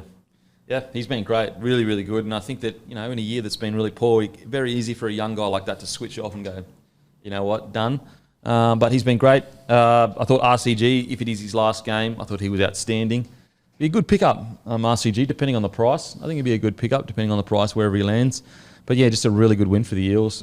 Tigers, look, I think they've debuted the most young rookies and all that kind of stuff. And I think you could kind of tell in this game where they just, unfortunately, just not NRL standard yet. Yeah, disappointing way to end the year. Got to say, though, shout out to all the Tigers fans and Eels fans for getting out there and filling up Campbelltown Stadium. The atmosphere, even though the game very quickly turned to shit, was electric. Full house, absolutely pumping out there. But, yeah, super disappointing to probably say our worst effort of the year for the last game, the one that meant so much. But same old stuff sort of killing us, like penalties, sin bins. We obviously got a sin bin as well. The annoying bit about that sin bin for Appy is like, not only does it kind of cap off a, disappointing year, but it also bleeds into next year. He's out now for the first 3 games of next year, which is just a killer. When you're going, hopefully, we've got Luai and stuff coming. It's all going to turn around, but now we're going to miss our best player for the start of next year as well. Stop laughing. It's not laughing, but it's sad, it's annoying. That's so but that's the killer with that one as well, unfortunately. Thoughts? It's just so Tigers, like last game of the year, and it was such a weird tackle too. Like it was so low, and I mean, to be honest, he was lucky he can get sent. I thought he was going to get sent. I thought he was going to get sent too. So anyway, there you go. I feel for you, bro. I do feel for you. Fuck. Yeah. Anyway, we'll do the season review, guys, for the Tigers, but just a really disappointing game. They might give him the Fiji games. To be honest. Give him the Fiji games. Yeah, Christ, surely. give him the Fiji games. Surely. Yep. Nah, he's not going to get selected. Knowing our luck. Yeah. That's what will happen. Alrighty. As I said, guys, what we'll do is we'll just move pretty quickly through these games, unless your team's in the finals, and then we're going to get to the previews and talk about the big games on the weekend. Roosters defeat the Rabbitohs 36-28. Again, with the Roosters, like, I just need to see 80 minutes. They get out to this big lead, and you're going, yep, ruthless Roosters. They were way too good. Got the job done, but, then 70th minute, 73rd minute, 78th minute, Rabbitohs put on a few tries. And I get that happening maybe 3 rounds to go or 4 rounds to go. But, like, the week before finals footy, surely you're in a mental state where you're ruthless. So, a little bit concerning there with the Roosters. I still think that they're going to be a tough team to play come finals. I don't know if they'll get a win or if they'll go out in straight sets, but just stuff like that, I'm like, that's not what the Roosters are about. They're way more ruthless than that. I will say, highlight obviously was Nwanga Nitawase. He was, his try was just phenomenal, and it really did look very Israel Folau-esque.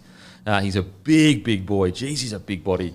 I can't wait to see him. What's funny is I was watching him going, fuck, there is no way that this guy has never played league before and he's just rocked up. Because like all of his movements and that looked relatively good, like his defensive movements, the jamming in, the sliding out. And I'm just sitting there going, this guy's either like the greatest ever, like just naturally gifted rugby league player I've ever seen. Anyway, I found out that so he did play league until he was 15 years old. He played junior reps at Roosters. Yeah. So I was like, fuck, that makes sense. Because I was watching him going, it wasn't like the ball running and that for me, I was like, yeah, of course. He's going to look at him, he's a super athlete. But his defensive pattern movement, I was like, what the hell? Like, to pick that up so quickly. And that's why when you said, will they play him this year? I was like, nah, like, there's no way. Because I thought that he hadn't played any league. Yeah. He was a union. Yeah. However, I mean, what a pickup. What a pickup. I will say it's going to be interesting, his durability in league. I think that the only question I have is the repeat physicality of NRL. Because he looks like he's built like a genuine Ferrari. Like, huge... you know, like a Ferrari, where sometimes when you're built like that, the durability is the question. And as I said, I'm not suggesting that I've seen anything that say he wouldn't, but sometimes when you're built so like just an absolute specimen, the week in, week out rigours of NRL takes a while to get used to it. And I wonder, he stayed down a few times here or there, and he did look quite fatigued. Granted, it's his freaking first game of NRL. That's my only question. Outside of that, like, when it comes to speed, skill, footwork, strength, mate, he is special. He is special. Yeah, I've watched him play New South Wales Cup the last few weeks, and he does look a class above there, but it is such a big step up to first grade. I thought he handled it incredibly well. My question, mate, Tupu's going to be there next year. Dom Young's going to be there. Could he be a centre? They're probably going to look to do that, I'd assume. When I first watched his tapes coming over from Union, the first thing I thought was he could be a centre. It's just going to depend on defensive reads, but like you can't move Tupu or Dom Young out of their position. So I thought his defensive reads were quite good. I know he slipped and they scored, but like you see that with wingers every single week that have been playing for Manu years. did him no favours on that play too. So. But even if he made the wrong decision there, you see Origin wingers, mate. Like that wasn't unique to him. It's just, as I said, the question I have is just a durability, like the contact week in, week out. How is he going to handle that? If he can handle that, mate, he is going to tear teams apart. It's not only the try that he scored, but the try that he stopped as well, where he jumps. That one was more impressive, I thought. And then was it the intercept or whatever that he tapped and then caught? He's special. I like him. Yeah, and shout out to his mates, headlined by Matty Georgiades, who had Nwanga Nitawase written on their chests. There was 14 of them in a row when he scored, just going absolutely, those loving it. I thought he had a really impressive debut. Good point about the centres. They're going to need 2 new centres next year, so maybe that is the spot that they find for him. We mentioned the Test series a little while ago as well. I wonder whether maybe he's got a Fijian background if he plays a couple of those tests over the break as well. But you know what? They probably want him to be honest. Yeah, for sure. Keep learning the game. Yeah. So really, really good for him. Another guy who I thought was even better, as in, relatively speaking, obviously Mark was outstanding, but Ponga, he was outstanding. Man. He is almost the perfect guy on the fringe. Like to keep him, like he's the kind of guy where he actually might be getting paid a little bit more than minimum because he is just perfect to bring in if you've got an injury every time. Yeah, he can play centre as well. I think he's better on the wing. But yeah, such a handy guy to have in your squad. Is he, Matty, can you check, is he signed for the Roosters next year? Is he, because he's a lot, I think he's like 28 years old. Bit older. Yeah. No, he's locked up till 2027. Yeah, he Is he resigned really? early this year. And that's what I mean when I said like he'd be a bit more paid in the squad, because Robinson looks at him and goes, mate, first of all, I'm not paying you Mozza, but second of all, I know if any of my outside backs go down, you're going to come in and play mad. And guys like that get poached all the time for teams that desperately need outside backs. So I thought he was outstanding. Question. I don't know whether White has the motor to play 13 in finals footy. I think he might be a bit too big. And I think you might have to put Connor Watson back to 13 for defence, and Docker Clay maybe have to go in at 9 or Sandon Smith, depending if you put Manu at 6. Well, Nat Butcher will be back this week. You could put Butcher him there. at 13. Yep. You could put him there. I just saw in defence, he got taken off as soon as it happened, but you could just see he was gassed. Yeah. He's such a big boy. I don't know if I think you want to use him for what he's good at, which is just impact. I do wonder as well, like if Radley's available this week, do you consider moving him back there? I'd probably put Butcher back there. Butcher? Because we know Butcher is like just going to tackle his ass off. And with Radley, I just worry like if he's in the middle there, is he going to take someone's head off? And also, you probably don't want Radley there because he's injured anyway, so you don't want him getting through 50 tackles in a game. Oh, I just thought Radley might be able to help out a little bit with the attack as well there. See, if I'm Roosters, I'm just looking defence. Like, I'm just going the best 13 for defence and banking on our guys like Suoli'i, Manu, Teddy to create points. Yeah, fair shout. My big takeaway from this, mate, has been my concern with the Roosters the whole time. Just they have a 10-minute period in every game where they just can't do it. You look at every single one of their games since their bye about 8 weeks ago, they've either lost games or just had a 10-minute period where they fall asleep. They conceded 3 tries to Parramatta just before half-time in round 15. They had good wins over Canterbury, Tigers, Dragons, but then like the Melbourne Storm game, they did the same thing, conceded 30 points to the Seagulls, conceded 34 points to the Dolphins in Perth. They fall asleep for periods of time. When you go up against the top sides, it's going to cost you. I just wonder whether, like, because they have such a good side on paper, they're just waiting for finals. I know that, like, that's a cope. I'm just saying, like, is that a possibility? You know? It's a possibility, but, as you've said a number of times, Cam Smith always says who you are in the regular season reflects who you are come finals time. They haven't beaten a top 4 side this year. There's a big hump to get over there with Melbourne and Penrith as well. I think with Sam Walker, they're a side that I could see them leaning into Walker and actually troubling these top sides. I just think now I don't really give them a hope of winning the comp this year. The thing is, like, you still look at their roster. That is an incredible roster. Like, even with those boys out, it's a roster as good as other top sides in, like when you look at that roster and you compare it to Roosters, you compare it to Manly, and you compare it to the Bulldogs. Even without those boys, it's easily comparable. Some would say it's better. And even on with paper, injuries. for sure. So we'll see what the Roosters can dish up come finals time. Quickly on the Rabbitohs, look, season's already over, to be honest. I thought it was pretty good that they showed a fight. I thought they were going to lay over and just let it happen. But they showed a bit of fight towards the end, which was good to see. What do you think? Yeah, not much to take away from South Sydney here. They obviously scored a couple of tries in the last 10 minutes to make it a little bit closer. But, I thought for their last game of the season they'd get up a little bit more than what they did, to be honest with you. Yeah. I just think without Cam Murray, they just struggle. Yeah, it's tough. I just saw Damien Cook's last game. I just thought they'd fight. But you're right, like, they are just missing.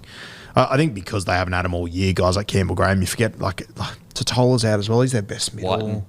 Whiten, Latrell's fucking out. Yeah, so true. There's a lot of dudes there that aren't playing that are genuine stars. Like Cody Walker's been shifted to the halfback role. I guess that's my question for next year. What do you do with the halves and whatnot? I think I'd be leaving Walker there personally. Walker, Whiten, I reckon. What do you reckon, Matty? Yeah, I'm flip flopping on this really hard. But if I had to put money on it, I don't think that's what it's going to be. But if I was going to pick it, I'd pick Walker Whiten. I'd be very close to going Walker, Jai Gray.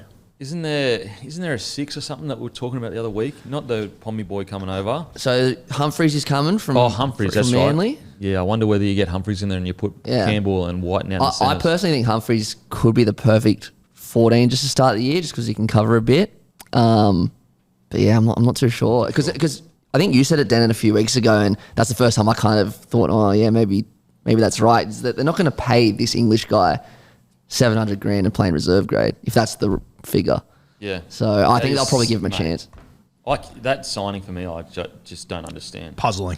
Yeah. Bizarre. Like if it's that much cash, what? Even in the new salary cap. Even in the new salary cap. Yeah. Yeah, very strange. Again, guys, at the end of the podcast, like after this, we'll get into the previews of the game. So don't worry, we're not going to shorten it out. Alrighty, don't forget, Bloke Beer is available in all Mr. Liquor and Liquor Stack stores. If you're in the store, don't see Bloke on the shelf, let them know. Ask them politely, could you order some more? And also, Liquor Emporium St. Peter's, so Liquor Emporium St. Peter's are doing a great deal on our lager and midi. Grab some Bloke at an unbeatable price. Say good day to Tate, who is running Pick the Score and teams for the grand final. Pick correctly and win yourself 5 cases of Bloke beer. And Liquor Emporium, guys, has been supporting us literally since day dot. So get around them, local independent store. And also, don't forget, next Monday, 6 p.m, set your alarms, turn your frown upside down. Raiders 26-24. Oh, there we go. Okay, so Dragons start the game. It's looking great, looking like the Dragons are about to towel them up. And then one Corey Horsburgh says, no. I'm channeling my inner Joey Johns. I'm going to get this done. And he gets it done on the buzzer. We won't spend too long on this game, guys, because as I said, we will do the season review. However, wasn't it once again just an encapsulation of a Dragons season? Start the game way too good. Where you're just going, this Dragons side is going to pump this Raiders side. And it's also an encapsulation of the Raiders season. And I tell you what, Cam Smith's advice, he's a genius. You play your last game like your season's been. Was that not more of both of them? Yeah. Where Raiders come out looking terrible, Dragons are hero beaters. By the end of the game, Raiders win the game. I thought the Dragons were going to put 40 on them 100%. after 6 minutes. I did not see a world where the Raiders could find their way back into that. And mate, I thought all their outside backs were tremendous. I think that was Albert Habuade's probably best game of his career. I thought he was fantastic. Timoko was unreal. He obviously made our team of the week. He was tremendous. And that try that Hudson Young scored, it's one of the better individual efforts this year. Yeah. He's a freak. Yeah. Hudson Young. How many freaking important tries has he scored for the Raiders? And in different ways. Yeah. He's so well-rounded as a back. And he's also such a unique back rower. Like, you look at your big Olakawatus, your Kickhows, your Angus Crichton. Like, they really all have their own flavours. Like, Hudson Young, very unique. I know he's been dicked around in Origin the last 2 years, but fuck, I would love to just stick with him. Yeah. Even if it's just an 18th, 19th, just keep him around, because I am so confident he's going to come in handy. I think Madge will. I hope so. Yeah. I think Madge is smart enough now to know that if you come in and have a bit of a poor game, doesn't mean that it's done. Yeah, and I don't even think he had a poor game in Origin. I just think there was just other guys that suited better that became available. I think. I was more talking about his first game. But yeah, like in regards to, I do feel like it felt like at times, even if you didn't play poor, once you were gone, you were just gone. Yes. Yeah. In a part of it. Whereas I feel like Madge, even the way he spoke about players that were no longer in the side, he was very like, no, they're still a part of it. Like, they're still, very similar to what Billy did with, some key players that missed out the year before. Yeah. So I agree with you, mate. Keep Hudson Young around, because I can absolutely envision Hudson Young having an Origin moment. 100%. Like, it just happened somehow, some way. He gets called in. Because how many, I cannot count how many times he has scored a try in a key moment for the Raiders, literally out of nothing. Nothing. Yep. Nothing's happening. Or a couple. Doesn't mind a double sometimes. Or Hudson Young. And the last month where they won their last 3 games, he was huge in all of those games. Yep. So, gun. Absolute gun. And the great Horsburgh, if it is his last game, what a way to finish it. Joey Horsburgh. Oh, my God. Just on the boot, bounces back into his hands. Big Red going nuts. Going to be interesting to see where he lands next year, because he does have a lot of footy left in him. He does. That sort of sums him up, though. He went all in on that little grubber. Yeah. If that didn't come off, you can imagine Ricky's feedback to him. Oh, my God. But it did come off, and, he ended up winning the game for his team. But, he's definitely got some footy in him. A bit of chat he might end up at my joint, at the Tigers. I wouldn't mind having him there, a little bit of mongrel. Just depends how much you get him for. Yeah. If you can get him for a good price, like a really good price of where he's at right now, he'll be great. There's also chat this morning that he might actually stay. There's a few rumours going around, nothing quoted, but apparently he might backflip on his backflip. So Ricky Stewart. That relationship, you could write a book around it. Yep. Horsburgh Stewart. If that, respectfully to Horsburgh, if that kick probably got what it deserved, I don't think there's a hope in hell he stays in Canberra. Probably not. Probably he's on the first fucking flight out. Yeah. I actually think he'd be a good signing for all 3 of your clubs. I think he'd be a really good fit for all of us. Yeah. Again, for the right price, I'd love him at the Broncos, especially as an edge back rower right now, because I think we do need a bit of starch in the edge. Yep. My one little caveat with him coming to us is the most heavily sin-bin team of the comp this year. Probably Suits just got him, mate. Yeah, I know, very on brand for us, but that's probably one area we don't need as much help with. But he's a great player with plenty good footy left to go. Yeah. So a really good win. Dragons, look, I know it's... You know what's funny? And we'll get to the Bulldogs. the amount of Bulldogs fans that have been throwing the stay patient back at me about the Broncos, I was saying that I was trying to be nice to Bulldogs fans. I was trying to be like, I'm trying to help Bulldogs fans. And I'm getting peppered with it back as an insult. I'm like, what the hell? With the Dragons, like, I know it's easy for us to sit here as non-Dragons fans to go, come on, God, like, but genuinely, as hard as it is to like say right now after the 2 losses that you've just had, you are so further along than you should be right now. Like, put it this way, Dragons right now absolutely will not be in my prediction for bottom 4 next year. Yeah, no way. There's no way. Yeah. Granted, like Benny Hunt, he's had a bit of a poor end to the season, but I think you go away, you give Benny Hunt a big off season, a big break. There's no more distractions in the off season. We have to remember Flanagan came in not just like a settled playing group that he could just get. Like, it was chaos. Flanagan came in chaos, and I think Benny Hunt, no distraction in the off season. Give him if I'm Flano, I'm giving Benny Hunt as long off as he needs. Because he did look like a bit of a tired footy player towards the end, because he definitely didn't play anywhere near what we know Benny Hunt can do. Call me out if I'm forgetting someone. I reckon over the last 8 weeks or so, I think Little's been the form hooker of the comp. His finish to the season has been incredible, and I think people are sleeping on him because they're not watching the Dragons. Brayley. Him and Brayley. Yeah, okay. Him and Brayley. I reckon Brayley's been phenomenal. Trying to think. Who else? Yeah, it's not a bad shout. It's not a bad shout. If you just watch him as an individual and how he's gone for the Dragons, he's been incredible. And Damien Cook arrives there next year. I wouldn't even be really considering playing Cook at 9. I think I'd play him at like a 13 role. Maybe start him at 9 for the first 20 maybe, and then transition. But I would definitely be having Jacob Little as my main hooker, but I love the Damien Cook signing for them. Oh, it's a great signing. It's an absolutely great signing because, like, it's just an extra middleman that's experienced, got a bit about him. I'm just trying to look at how many minutes did he play on the weekend. Is he 80 week in, week out, Little? Mulheisen's been playing a little bit here and there. See, that's good. That means that, like, at the very least, it's not like he's a Cam Smith that needs to be out there 80 minutes and you're almost wasting an interchange. The fact that he does, tend to play around the 65-minute mark means you can make it work with Cookie. Yeah. Look, really disappointing game, obviously. Last 2 weeks been super disappointing. However, so much progress for the Dragons this year. So much progress. Yep. Okay, we'll spend a bit more time on this game, guys, because it's obviously an important game. Cowboys defeat the Bulldogs 44-6. Thanks for the money I actually got around the Cowboys 13+. Thank you. Well played. Mate, this Cowboys, every team needs to be concerned about this Cowboys. Explosive, fast tempo through the middle, and then the difference between this, like the Cowboys and a lot of other teams is if the Cowboys get inside your 20, Scott Drinkwater will create points. Like, very rarely are you going to see the Cowboys just going attack set after attack. Like, for example, yesterday with the Dolphins versus the Knights, where you just watch the Dolphins just banging their heads against the wall for 20 minutes, you are not going to see that with the Cowboys. They will tear you apart. This was, outside of their win against the Roosters away from home, probably their best performance of the season. They identified where they had some real strength, which was ruck speed through the middle, and just absolutely tore the Bulldogs apart. Now, granted, the Bulldogs didn't play well at all. Drop balls just galore. However, this Cowboys, for me, this Cowboys is a premiership threat if they can pull this out each week. And I know, I actually got a few questions. Guys go, can you not be so harsh on the Cowboys this week? Just like we said last week, the only reason we're harsh on the Cowboys is because, to me, they can win the comp on paper. Now, this performance, this can win the comp, and they're a scary, scary side coming into finals footy because a motivated, switched-on Cowboys side can take it to any team, as we've learnt with Guru's segment. An incredible performance. Yeah, it was, and we know they're capable of doing this. You just want to see it week in, week out. I have...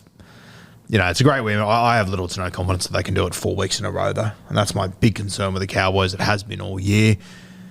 But, when they put it together, I thought the forward pack was sensational going through Canterbury. Unbelievable.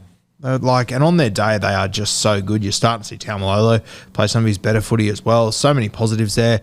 Bulldogs obviously missing a number of troops, and I thought it was an interesting decision. They ended up stacking that left edge with the 2 young guys. So, sort of wrote the game plan a little bit for the Cowboys, in my opinion. But you can only play who you go out there and play against. And we've harped on about the Bulldogs all year about their system and how good defensively they are. 44 points. and like just dominant the whole time. And like yes, the young guys are out on the left edge. Like I thought Val and Murray Talangi, like that they were sensational against that Stephen Crichton edge as well. They just played good footy. I mean, even there was tries scored on Critter. Yep. I'm a bit more optimistic with the Cowboys. I do think that come finals time, they can, like, because it is finals, they might be able to squeeze out an extra good game, because we actually have seen them play 3 really good games of footy in the season together. If they, like, will they or won't they, I'm not sure, but I do think they can do it, and I think that they're hitting form at the right time, because I understand that the Storm went up there and nearly beat them. I get all that, but at the end of the day, as you just said with those stats, like, they can beat the top tier sides. I think the other big thing to take away from this from the Cowboys, like they obviously play at home this week coming. If they win that, they're going to have to play an away game either in Melbourne or down here in Sydney. To be able to come down to Sydney and put on a score like that, take a lot of confidence away from that. And I loved on the commentary they said that they are so focused that they hired a private jet, so as soon as they finished, boom, straight back up to North Queensland to get ready for next week. So they are fully in the zone. Yep. They are fully in the zone. And I have to say, I've got to put my hand up. Halfway through the year, I'm sitting here going, I think Todd Payten might be under a bit of pressure. And now they're heading into finals footy with a home final in red-hot form. Toddy Payten deserves a massive rap. And literally with the best record against the top sides. Absolutely. Yeah, so full credit to him. Full credit to Toddy for doing that. And he's had a lot to deal with, because you've got, Val Holmes leaving. Obviously, Leilua left earlier in the year. He's had injuries. I think Toddy Payten deserves a massive rap. And the exciting thing for the Cowboys is that they've laid the foundation for the future. Dearden, Cotter, all these key boys that are also locals have re-signed for a long period. They just re-signed Griffin Neame as well, who's been phenomenal recently. Great performance. What do you think? Very good, very impressive. And I think Roo's Point's probably the big one there. They came down to Sydney and did it against another, genuine contender. The Dogs have been really good for the last little while. So, look, they're every chance of going up and winning a home final week 1. Were you saying they will play the loser of the Storm Sharks game? I've got no idea, but it'll be in Sydney regardless, or Melbourne, I mean, geez, there'd be a bit in that if they come up against the Sharkies, who they've had a couple of tussles with in the finals as well. But No, they'll play Roosters or Panthers. Okay, yep. Well, regardless, they've got a great record against those sides. So, look, they're building nicely. You said it well, Kimpy. They're kind of like peaking at the right time of the year. Todd Payten does deserve a massive rap for getting where they got. That was a big game on the week. It was basically like another final to secure a home final. So you don't want to play them, I don't think, in the point in the season. No. So the guy in this game that, he's always been good, but Helam Lukey. I was about to say. He had spiders on him. No.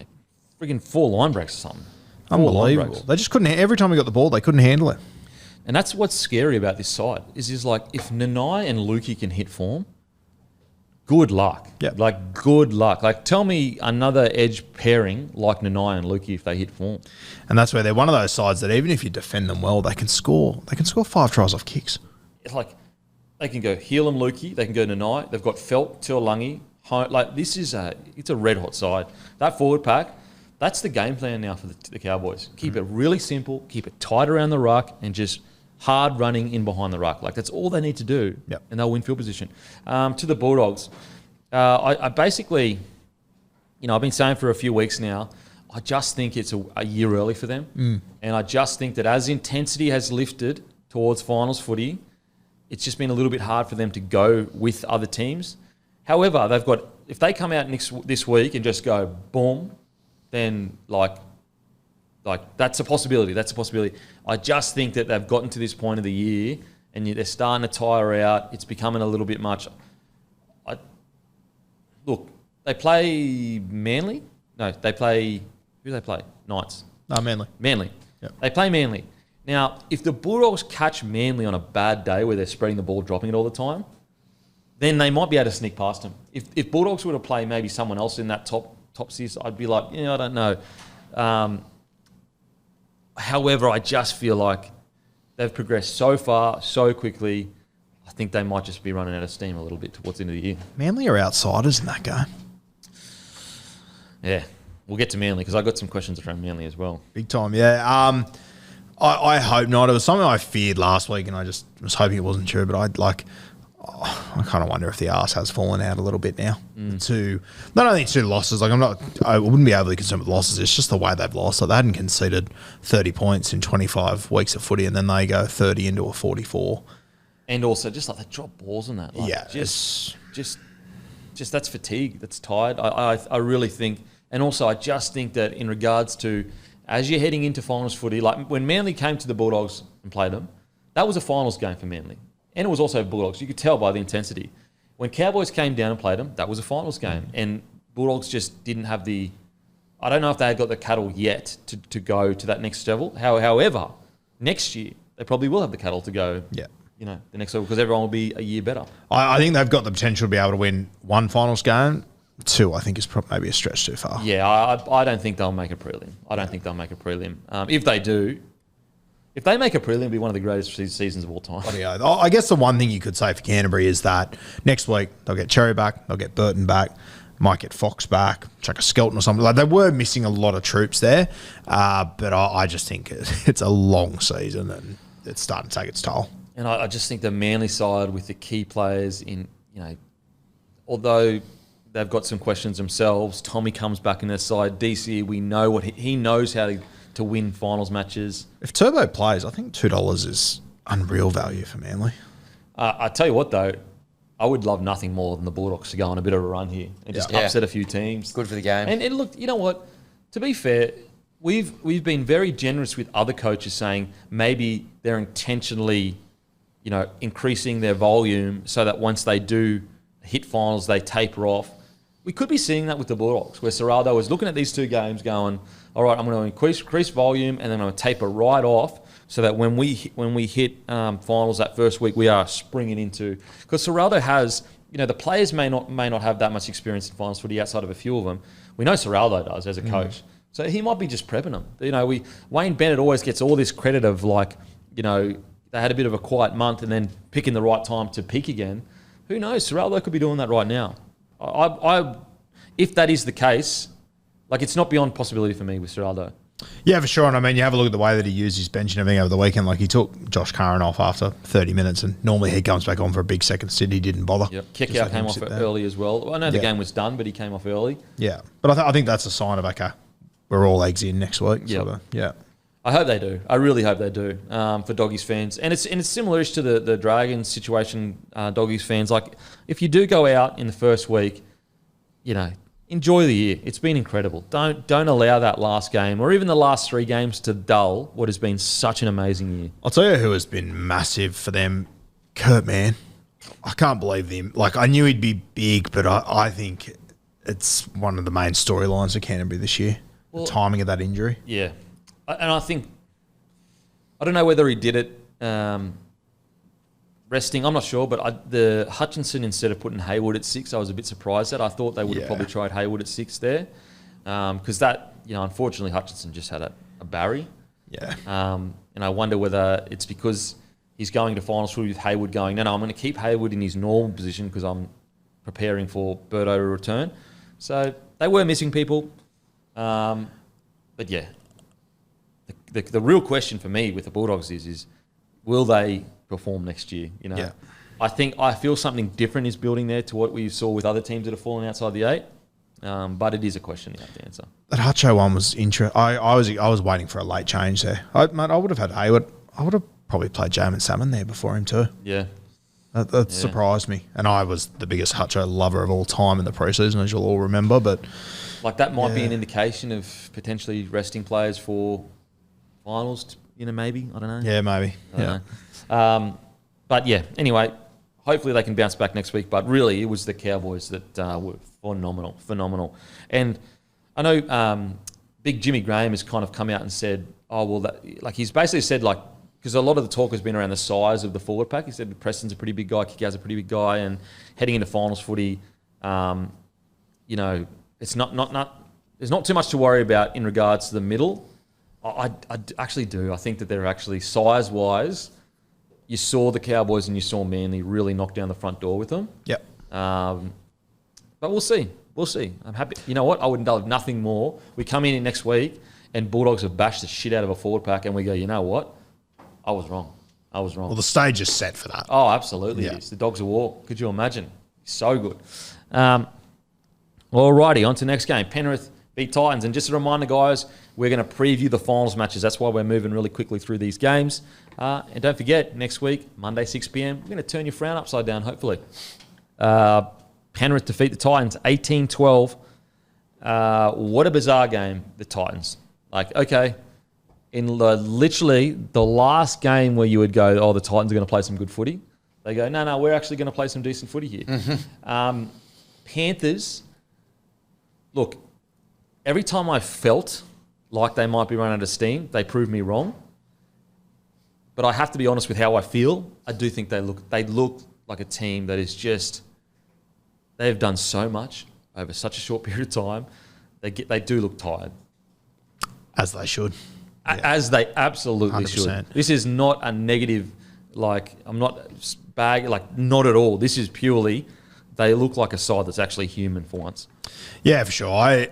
I'm still a big believer that we're going to get to next week and Panthers are going to dial it up another notch. You know what? Nothing. I'll be sitting there not surprised one little bit. Yeah, Surprised one little bit. I just think Nath coming back into this side, I think they're going to get a big lift out of that. And I think over the last few weeks, guys like Lindsay Smith and these guys have stepped up a lot. I think over the next 4 weeks, you'll see Fish and Leota really bounce back and set the tone there. I think the one thing they have really missed as well is just Cleary's kicking game. Yep. Like, Luai's been good at 7, but just any time that perfect kick needs to happen, long kicking game, and pinning blokes in the back end of their half, that Cleary kicking game, honestly, you're basically paying $1 million for it. Yeah, you would, and the rest. It's going to be interesting when we get to next season, mate. Like, Nath traditionally misses, 8 to 10 games a year. They've got Luai to rely on. He won't be there next year. Yeah. Interesting to see if it happens again, where they sort of finish on the ladder. Especially with the Schneider, who was pretty poor yesterday. He hasn't. This year has been a unique year, and the guy that has come in hasn't. Like, put it this way, I don't think there's a lot of people lining up right now to sign Schneider. Yep. Whereas in all those other years, the young guy or the reserve grade that come in, clubs are climbing over each other to go, yep, we need him at our club. I think Schneider hasn't really, and I'm a big fan of Schneider. There's a lot of potential there. It just, for some reason, it just can't click at the moment for him. It's always been a bit like that. I remember when he first came in for the Raiders, when Jamal Fogarty got injured a couple of years ago, and I loved him. I did too. Just hasn't quite But come he's still together relatively young. Yeah. I don't know. Yeah, and so it's a great question. If Cleary misses a lot of footy next year, now Blaise Talangi has been quoted that it does seem like he was signed to play 6. However, if Cleary misses games, you can't have Talangi leading you around. You're going to need 7. Yeah. So that is a really important thing for the Panthers. They've been able to rely on Luai to keep them in the top 4 for most years. Well, that's going to be the big question for me is do they hold on to it? Like, it's going to be another year of, however deep they go into this final series, if they win a comp, whatever it might be. I wouldn't mind having a little punt on them to maybe finish just outside the top 4 next year. Because without Luai last 2 years, they wouldn't finish top 4. No. Like, if you had, just a rookie in there or, a reserve grade New South Wales Cup, they'd miss. No, for sure. But, like, if you even have a look at the years before that, like, you take out Sean O'Sullivan a couple of years ago, they would have missed the top 4, I reckon. You take out, who was it the year in between? There was another player in the in-between years there. Like, they're not going to have that Sullivan, then Cogger. Cogger's the other one, yeah. Yeah. Like, Cogger did incredibly well when he came in too. So, and, maybe someone else will just jump into that role. But I think without Luai, they'll really feel it even during the Origin period. They're not going to. Even during the Origin period, like who's going to jump in who's going to be the halfback for that? Yeah, because 10-week period. Blaise is not a half, and Schneider, it hasn't really worked yet. Jack Cole, but I think he's more of a 5'8" personally. I think, even a guy like Dane Laurie, he's an absolute freak. But he's not a 7. He's not a 7. Yeah, I mean, with every passing day, Luai's value and just what he brought to that squad gets more and more apparent. Like in a wild way during Origin next year when they lose Nath, like they'll lose their second best halfback as well, Isaiah. Yeah. Realistically. But once again, the sign of a really good team is when everything's not really working for you, not really playing that well, you still win. Yeah. You still win. That's what the Panthers By the did. way, I thought Dylan Edwards moved a little bit better this week than last week, which was something that you guys spoke about. I think, he'd been out for a little while. Kind of getting his way back in, but he scored a good try and, I don't know, ran for over 200 metres. that was maybe one little silver lining there for the Panthers on the weekend. Yeah, Taruba back also running 214 metres as well. I cannot believe Edwards didn't get a spell before finals. From what I've gathered, he said, I don't want one, I want to play. But when you've got a guy like Dane Laurie there, like with all due respect to the Gold Coast Titans, like I would have rested him in this game for sure. But that's maybe he's had so Dill, much time off that like they're just like, you know what, mate, you've had like 6 or 7 weeks off. You need to be playing footy. Yeah, I don't know. He looked better the other night, to be fair, but just the way he looked the week before, I just thought, I've got to give him a spell. But Ivan probably knows slightly better than I. So Isaiah, 14 runs, 126 metres, 44 post contact, 3 tackle breaks, 46 tackles, 0 misses, 0 errors. It's almost not impressive anymore because he just does it every week. I feel like a dick for saying that. But it's just what you expect from him every single week. He's unbelievable. With all of these other 13s that have a really good year and a quiet year and a good year and a quiet year, he's just like... So, and like when we talk about, fixing the Dally M system, like how on earth this guy isn't higher on this list every single year is beyond me. It's so true. So true. All right. We'll speak about Titans in the season review, obviously. Okay. Don't forget, guys, KO, catch the NRL finals on KO this week. Every game is now super important now that we hit finals time. Catch the games live and ad-free during play. Sharkies defeat Manly 40-20. What a win from the Sharkies. Such an important win, and I love the way they went about it. They were composed. Manly actually defended their asses off. Matter of fact, like Manly showed some of the best goal line defence they've shown all year long. Especially there was about a period of like 15 minutes just before half time where Manly just repelled them one after the other. And DCE's kicking game got them out of trouble. And Sharkies just said patient, didn't panic. And that's what excites me about the Sharkies is that they're starting to really round their game out. They're not panicking. They're willing to just grind it out if they have to. And if you had to be super critical, you could say that last 5 minutes or even like 5 to 8 minutes, they kind of just said, yeah, stuff it. Because that's when obviously Manly scored their points. But outside of that, Sharkies for me, probably one of their best performances of the year. I was up at Newcastle, so I was watching this game in bits and pieces and watched part of it back this morning. What do you think of the halves pairing? They were outstanding. Yeah? The best they've looked together in a very long time. It looked to me they were both playing both sides and they were sort of... And that's what I got on my notes here. Like Trindle, I've been a very... Very much so. I don't know if Trindle's a 6. Since Hines has come back, Trindle has been outstanding. He is just nailing it. His ball playing. I think he had 2 try assists again. They look fluid. It really looks like it's working. So I got to eat a bit of crow here. Like I didn't think it would work at all. I thought Anderson deserved to keep that 6 jersey. At the moment, I'm wrong. I got it absolutely wrong. And also in regards to Trindle saying that he was only a 7, at the moment. Got that absolutely wrong because they were phenomenal yesterday. Yeah, I'm very similar. What sort of role did Atkinson play when he came on? Was he sort of Roman 13? He's like sort of floated around a little bit. He got floated around a little bit. Late try. He got that late try with a kick through there. Yep. Which is a bloody good try. So like if you can get those two halves humming together, I love Atkinson just coming on without a position. And he was good. He had immediate impact. He really just lifted the tempo of the game when he did come on. You know who that's going to worry? Melbourne. Yeah. Well, there's a bit of wishy about... Yes, there is a bit of wishy about it. Just get him on there and just let him play a bit of footy when everyone's tired. Yep. And I think it was maybe Cooper Cronk was on the call at that stage, and he goes, the reason that try happened was because of the fresh leg speed. Because no one else probably would have got there, but Atkinson came on, just boom, was able to turn him around and get him behind there. So yeah, it's exciting for Sharks fans if they can make the Hines, Trindle, Atkinson little thing work all together. And also like the depth heading into next year. Yep. Like. I keep saying it, but like they lost their key 7 for a long period of time. They also lost Trindle for a long period of time, and they've made it work. I thought it was a good solid hit out from Nico without being busting the game open or doing heaps of highlights just to get him out there. He looked like he was moving around really well. I thought he was great. Yeah, I thought he was good. That's what I just want from Nico. Like, yeah, 100%. Really solid, patient. Yep. He was really patient. He tried things in attacking footy. He didn't try it coming out of his own end. But also his defence was really good. 15 tackles, only 1 miss.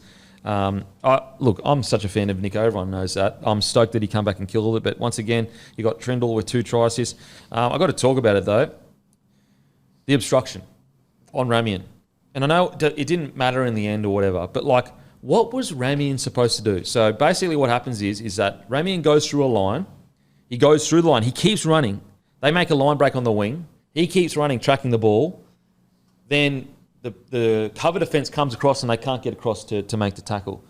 Where is Ramian supposed to go? And also, why does the defender have more right of way to make the tackle than the attacker has to support the guy that just made the line break? Like, it doesn't make sense. Like, what do you want him to do? You tell the players to run through the line. So he runs through the line and then he starts supporting his player and he still gets pinged. Where can he go? If he stops, he gets penalised. If he runs through the line now, he also gets penalised. Like, the same thing happened in another game as well, where it's like, you can't win. Why did the defence get more of a right to cover tackle than an attacker gets to? It's just bizarre. It does my head in. We need to, and what's crazy as well is after that, Manly go down the other end and score. So it's like, and this was when the game was in the balance as well. Just so frustrating. And that's where, as well, back to our point in your hot take, like, if they're going to rule it that, I'm telling my defenders that are coming across, you run straight fucking into the guy. Run straight into him. Yeah, you trip over him. Sweet. Because like, basically what happened is, so Ramian runs his short line, the ball goes out the back, hits the winger makes a line break.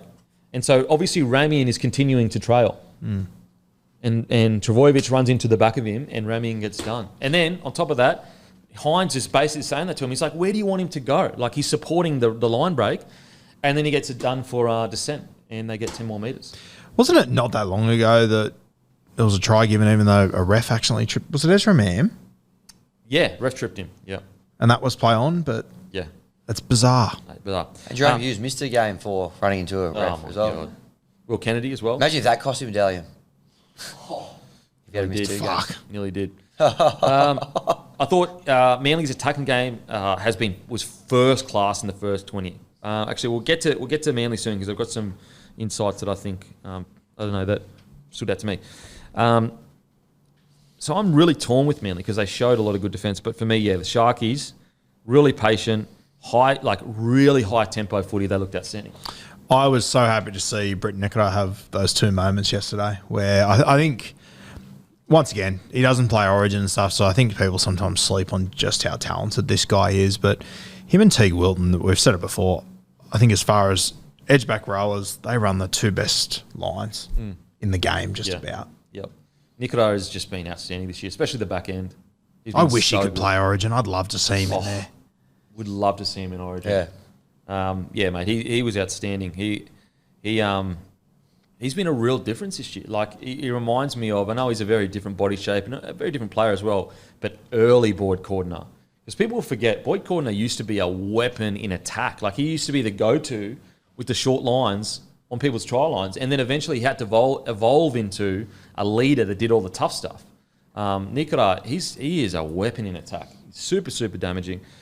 Just quietly, Mulatalo, to even up with Steve Rogers as Sharks' all-time try scorers, like, you talk to people that want Steve Rogers to be an immortal, and for him to now be only sitting behind Andrew Eddinghausen and David Peachy, that's unbelievable. Yeah. Mulatalo, he's like 27, I think, still.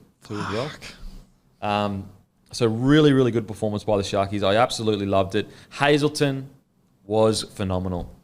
And again, once again, just Fitzy getting the best out of blokes and just knowing when to use them. With Adam Fanua-Baker arriving, like, this team is looking red hot. And that's going to be the beauty of having Tommy Hazelton with another year under his belt next year. You take AFB off and there's not going to be a drop-off. Nah. He'll be, I mean, it'll be a different addition. Like, yeah. Were you talking about Ronaldo's age before? Yeah. He's 24. Oh, my God. That's insane. No I was going to say, it way. doesn't feel like he's been around that long. I thought he was 27, 26, 27. So hold on. So he's 3rd all-time Sharks try scorer at 24. 24 years of age. He's 24? That's actually insane. How many tries is it, Matty? Can you say? I'll have a look for you. And what's crazy about Mulatalo is he's not just a try scorer. Like, that's not just his one asset that he kind of like. Nah. He does everything. He does all the tough stuff. Yep. 82 in 107. He scored 82 in 107 games. Yeah. In like a side that's been building. Like, it's not necessarily like a side that's just, he's walked into a top 4 side. They've had to build towards it. Wow. So what does he need? 18 tries to get to 100. Like, he'll do that by 130 games. That's nuts. That is nuts. Incredible. Incredible. Hazelton, what I like about Hazelton too, because he's becoming such a danger man, making line breaks, but also he's got just a good, delicate, soft passing game that, they scored off. Like, he's really got a well-rounded front rower that's quite unique. Like, there's not actually other front rowers that are... Like, you might find a lot of other front rowers will get through more work and will be at the 170 metres or whatever. But how regularly he makes line breaks and tips on and all that. He holds the ball in two hands as he approaches too, so he always keeps the defence in two minds. Yeah, outstanding. Negatives, he played well, but Jack Williams, just like error. Every game he has a drop ball, and this error was right after the Sharkies scored points. He just got to get rid of it. Like, last week, the game was on the line, error. This week, they score points, error. Like, it's one thing to make an error a game or whatever, but in key moments, like, he's just got to sort that out because he's such a bloody good player.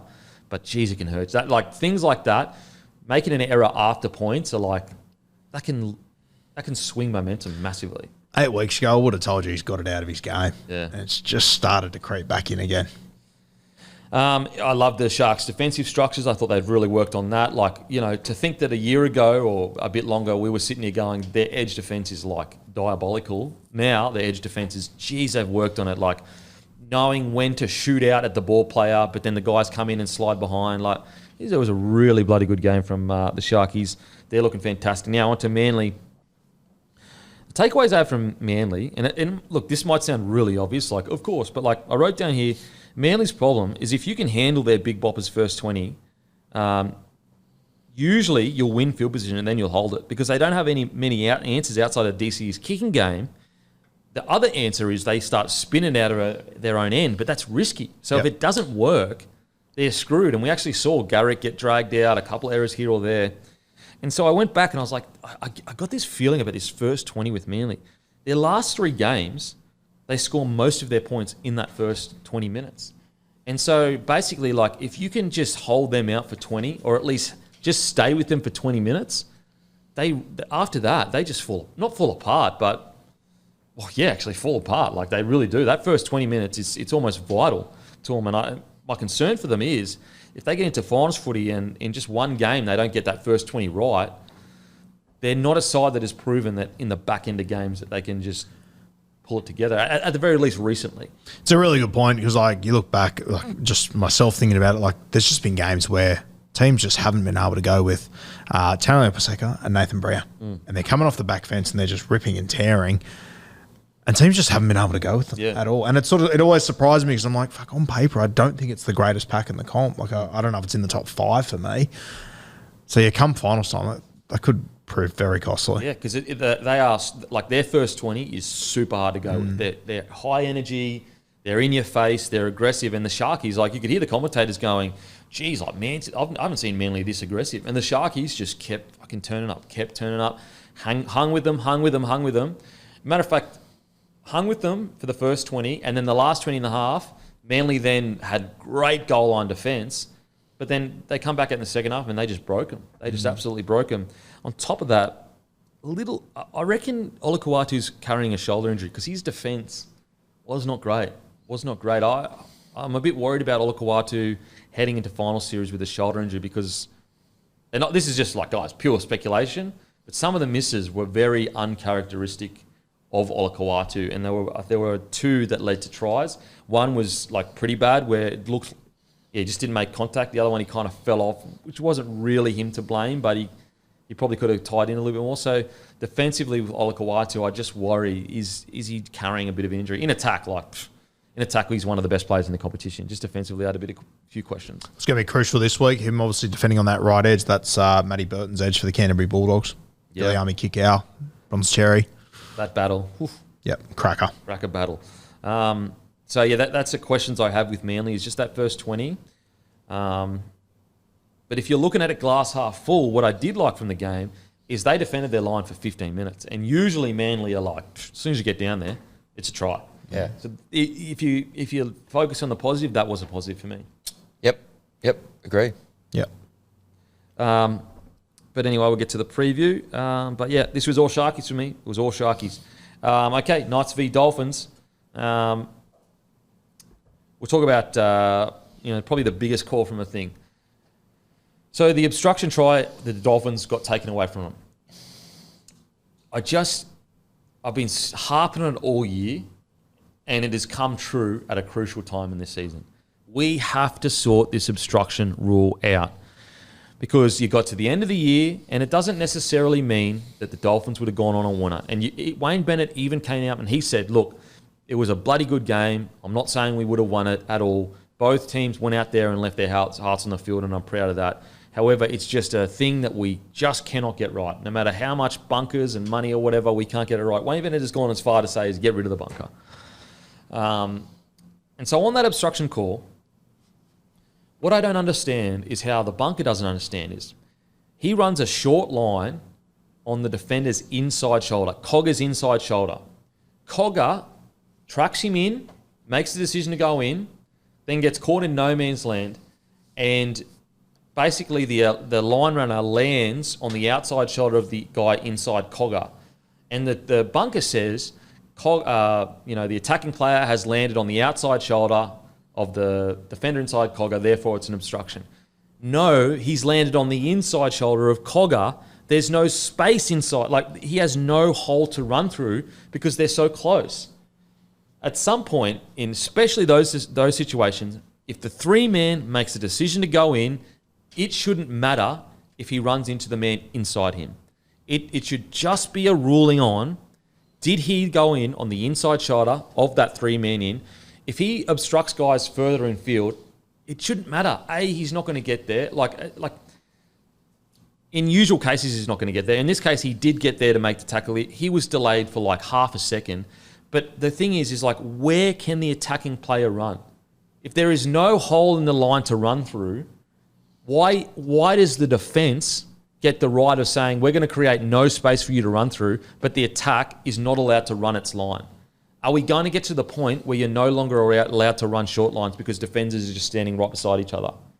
We need to sort it out. That was a beautiful line run at an inside shoulder, and a decision was made by the three-man. We have to sort it out because guess what happened? Dolphins had all the momentum.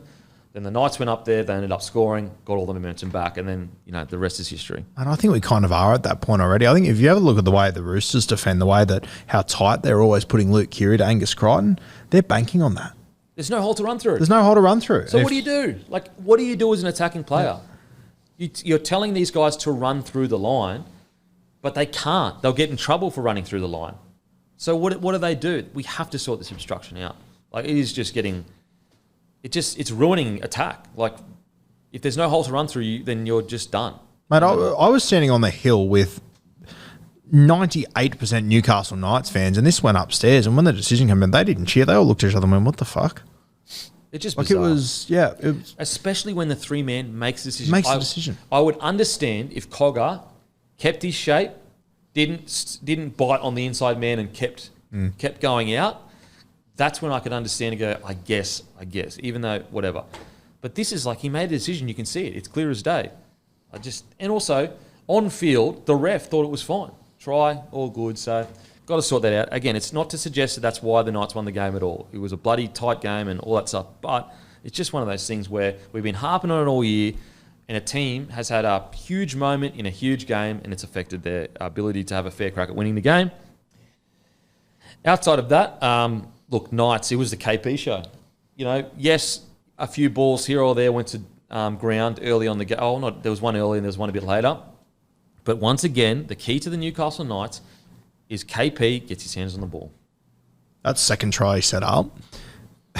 Like, you talk about obstructions and everything in the game. When I watched that live, I was like, there's got to be something wrong with that. You cannot run 25 metres across field in 2024 and not get pinned for something. Yeah.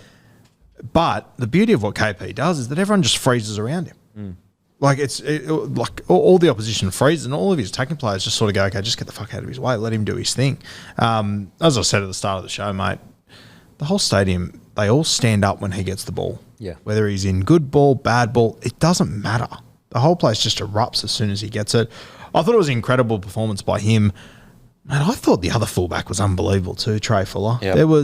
He had that first try taken off him. There was 3 or 4 times where he made half line breaks and he dropped the ball or he offloaded. There was no one with him.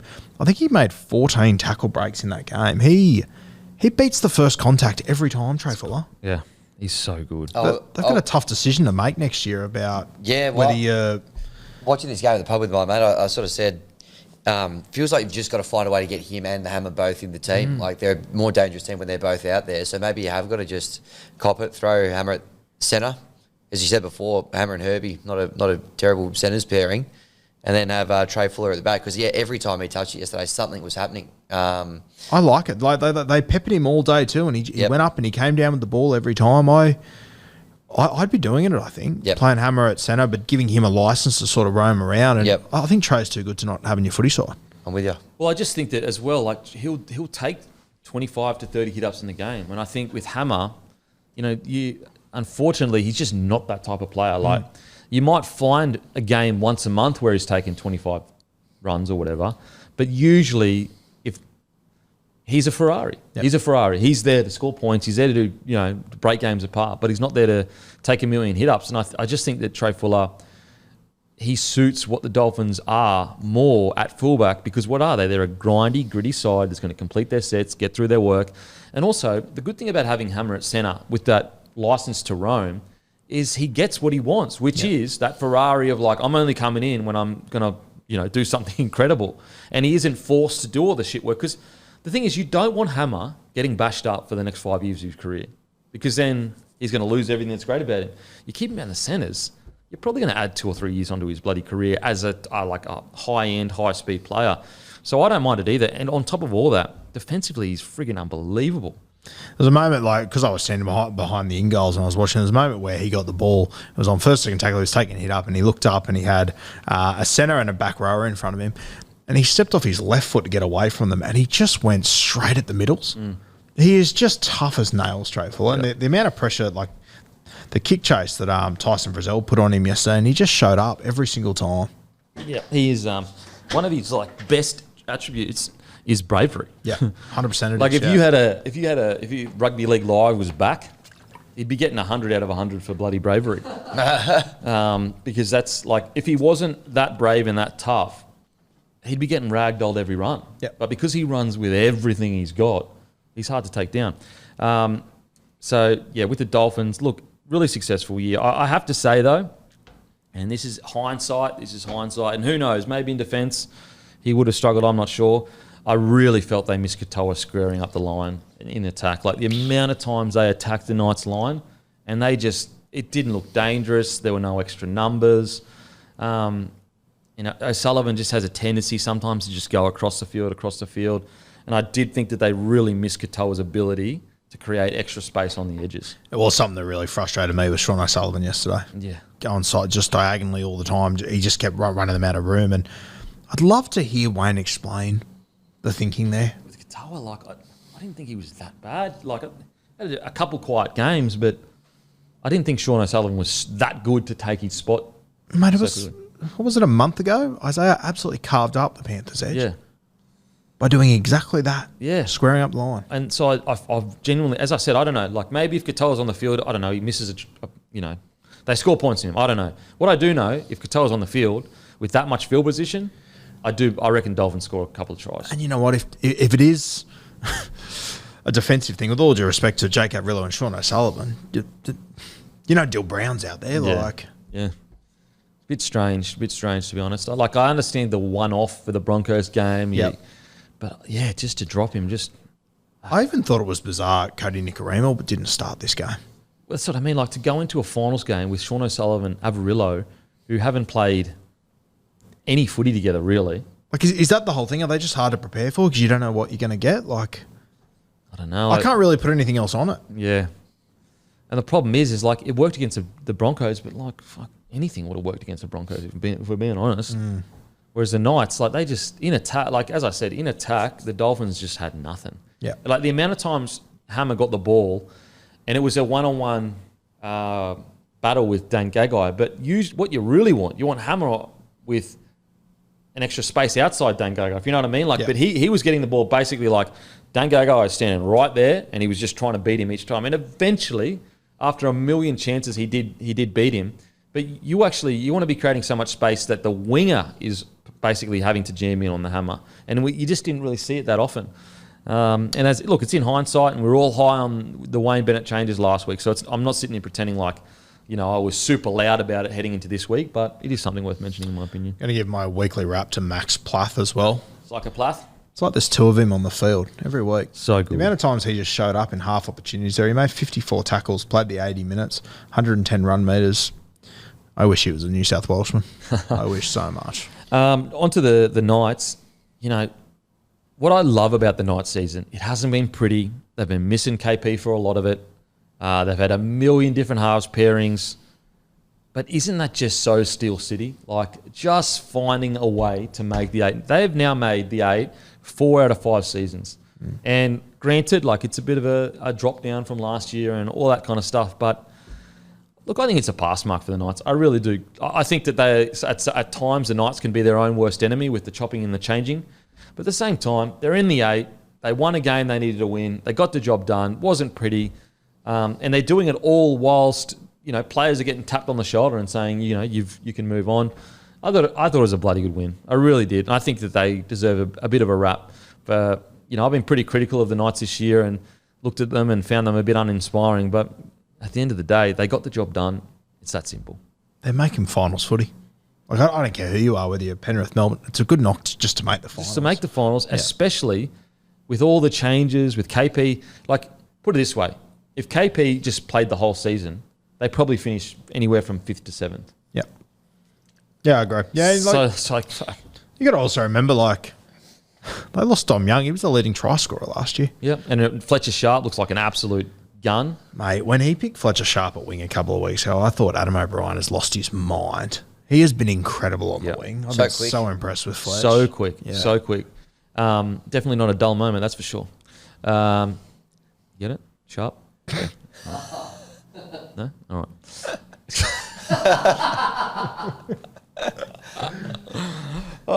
If you have to explain your jokes, they're usually not that good. Preaching to the choir, mate.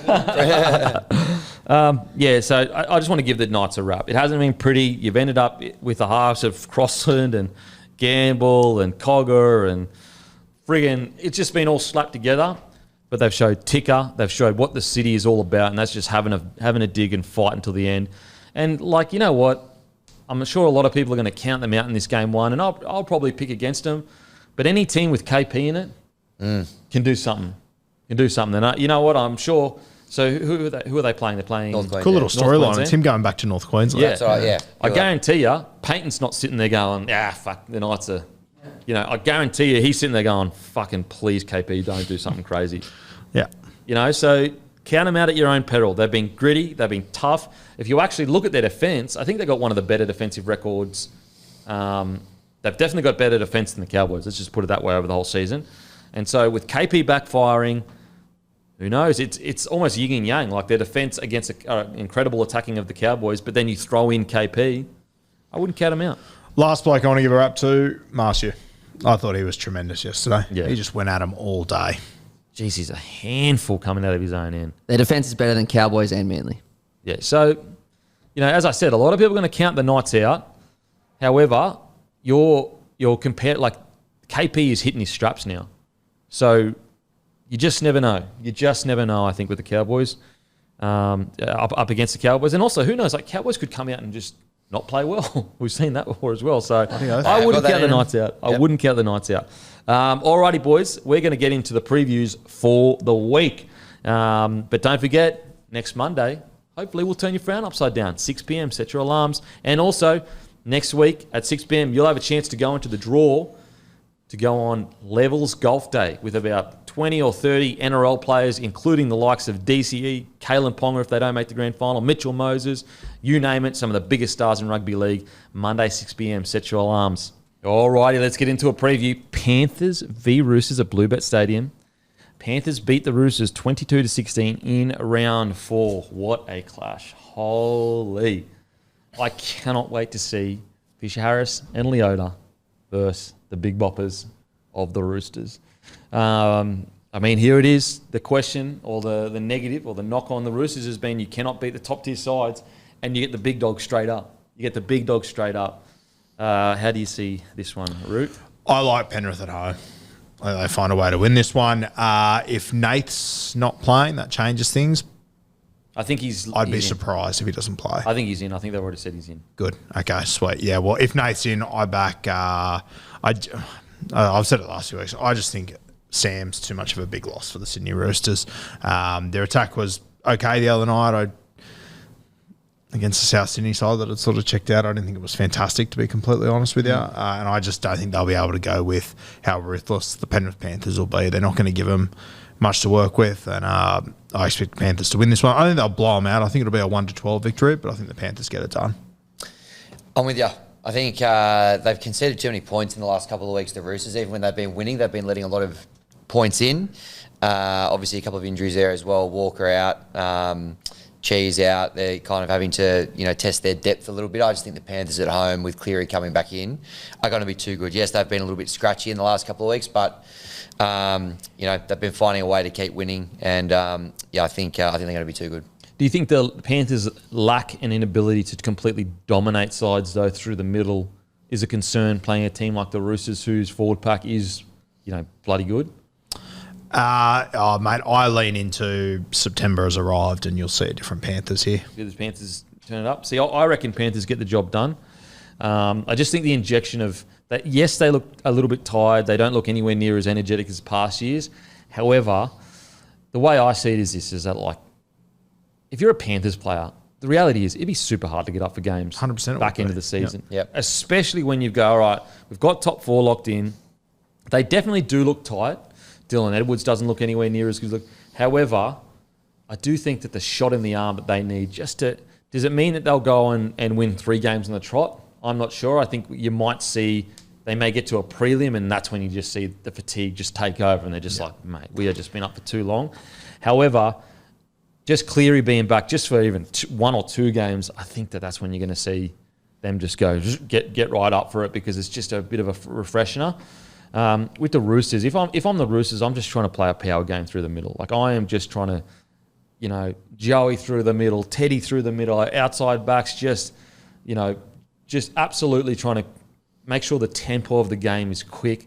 Because although Sandon Smith is a bloody good player and Kiri's good as well, I just don't know if they've had enough footy together to be able to strip them of numbers on the edge there from purely just a skill set of your timing of your runs. It'll be rather the Penrith Panthers are just sudden such the back foot that you almost fall over the line, I think. And I just think that Teddy, he's the key. Like if the Roosters are to do anything, Teddy's just got to be on a whole other level. That's all around. And I agree with you. I'd be playing the exact same game plan for the Roosters, which favours them. It's simple. Play through the middle. I'd be turning Joey Manu under. I'd be just flooding the middle the entire game. And as you've said, mate, the Panthers, 4 years in a row, they should be tired. Maybe that is where they can catch them out. Yeah. I can't wait to see Spencer Leniu go at these guys back at Penrith. Yeah. Didn't he have a Barry Crocker on the weekend? Holy heckers. He dropped the ball too. That was insane. Like, Yeah. I've never seen him have a game like that. So he'll be up for a big one. With the Penrith Panthers, I would just be so confident in Cleary's kicking game. Like when you look at Sandon Smith and Keary, who they have as kickers, compared to Cleary, mate, I would just be telling my boys, just get through our sets, let Cleary kick. Get through our sets, let Cleary kick. And that sounds like, well, of course you'd say that. What I mean is that, like, this is definitely one game where they can afford to play a conservative Penrith-style rugby league. Because, like, it'd be a little bit different if let's say they're up against a Manly or a Cowboys where they can return serve with their kicking game. The Roosters can't. That's the huge thing for me. Yeah. If you win the battle, Penrith, if you win field position and you win those first 2 tackles, what are the Roosters going to do? They're not going to be able to spin it most likely because they haven't got enough runs on the board. They're not going to be able to kick their way out of trouble because Keary, he's a 6. Sandon Smith, his kicking game's okay. And so I would just be backing boys. All we need to do is just get field position. Don't be spreading it coming out of our own end if we don't have to. Don't be going for risky plays and just get Cleary to kick, repeat set. And eventually we know for a fact that this Rooster side leaks points. Like we know it. Yep. And I just be relying purely on that. And so if I'm the Panthers, if I see them come out and start like trying to throw the ball around and get points early, I'll be going, that's the opposite of what I'll be doing to the Panthers. Now, if the Panthers have to play Cowboys next week, or if they have to play the Melbourne Storm, who not only have a decent kicking game, but can genuinely ball play their way out of anything, then it wouldn't be as simple. You would have to add things onto the game plan. But for me, against the Roosters, I'm literally keeping it as conservative as possible. Completely agree. And I just think Cleary's kicking game is going to be a nightmare to handle, a real nightmare to handle. Everything would be around Cleary's kick and then the first 2 tackles after it. Win the wrestle on Tedesco and then win the first contact on, is Dom Young back this week? Whoever it is, Suoliti or whatever, win that first contact and they're going to be in a tough spot. Which, mate, that's been the September game plan for 4 years now. And with the Roosters, as I said, if it'd be the flip side, it would be everything has to be high speed through the middle. Like everything has to be in behind the ruck, tight passing, finding your front. Don't fight to get an extra 2 or 3 metres. Just get immediately to the ground and just tight tempo. Connor Watson in dummy half. Like that is where you may find some joy with the Penrith Panthers through the middle with Connor Watson just asking questions, asking Teddy, Joey Manu, even Keary and Sanders Smith. Like what is their gifts? Sanders Smith and Keary, it's their ball running. It's the short passing around the ruck. And so like if I'm Roosters, I wouldn't even be really considering trying to beat them around the edges. I'd be asking my outside backs to do all the work early in the set and then just bring my big dogs in out through the middle.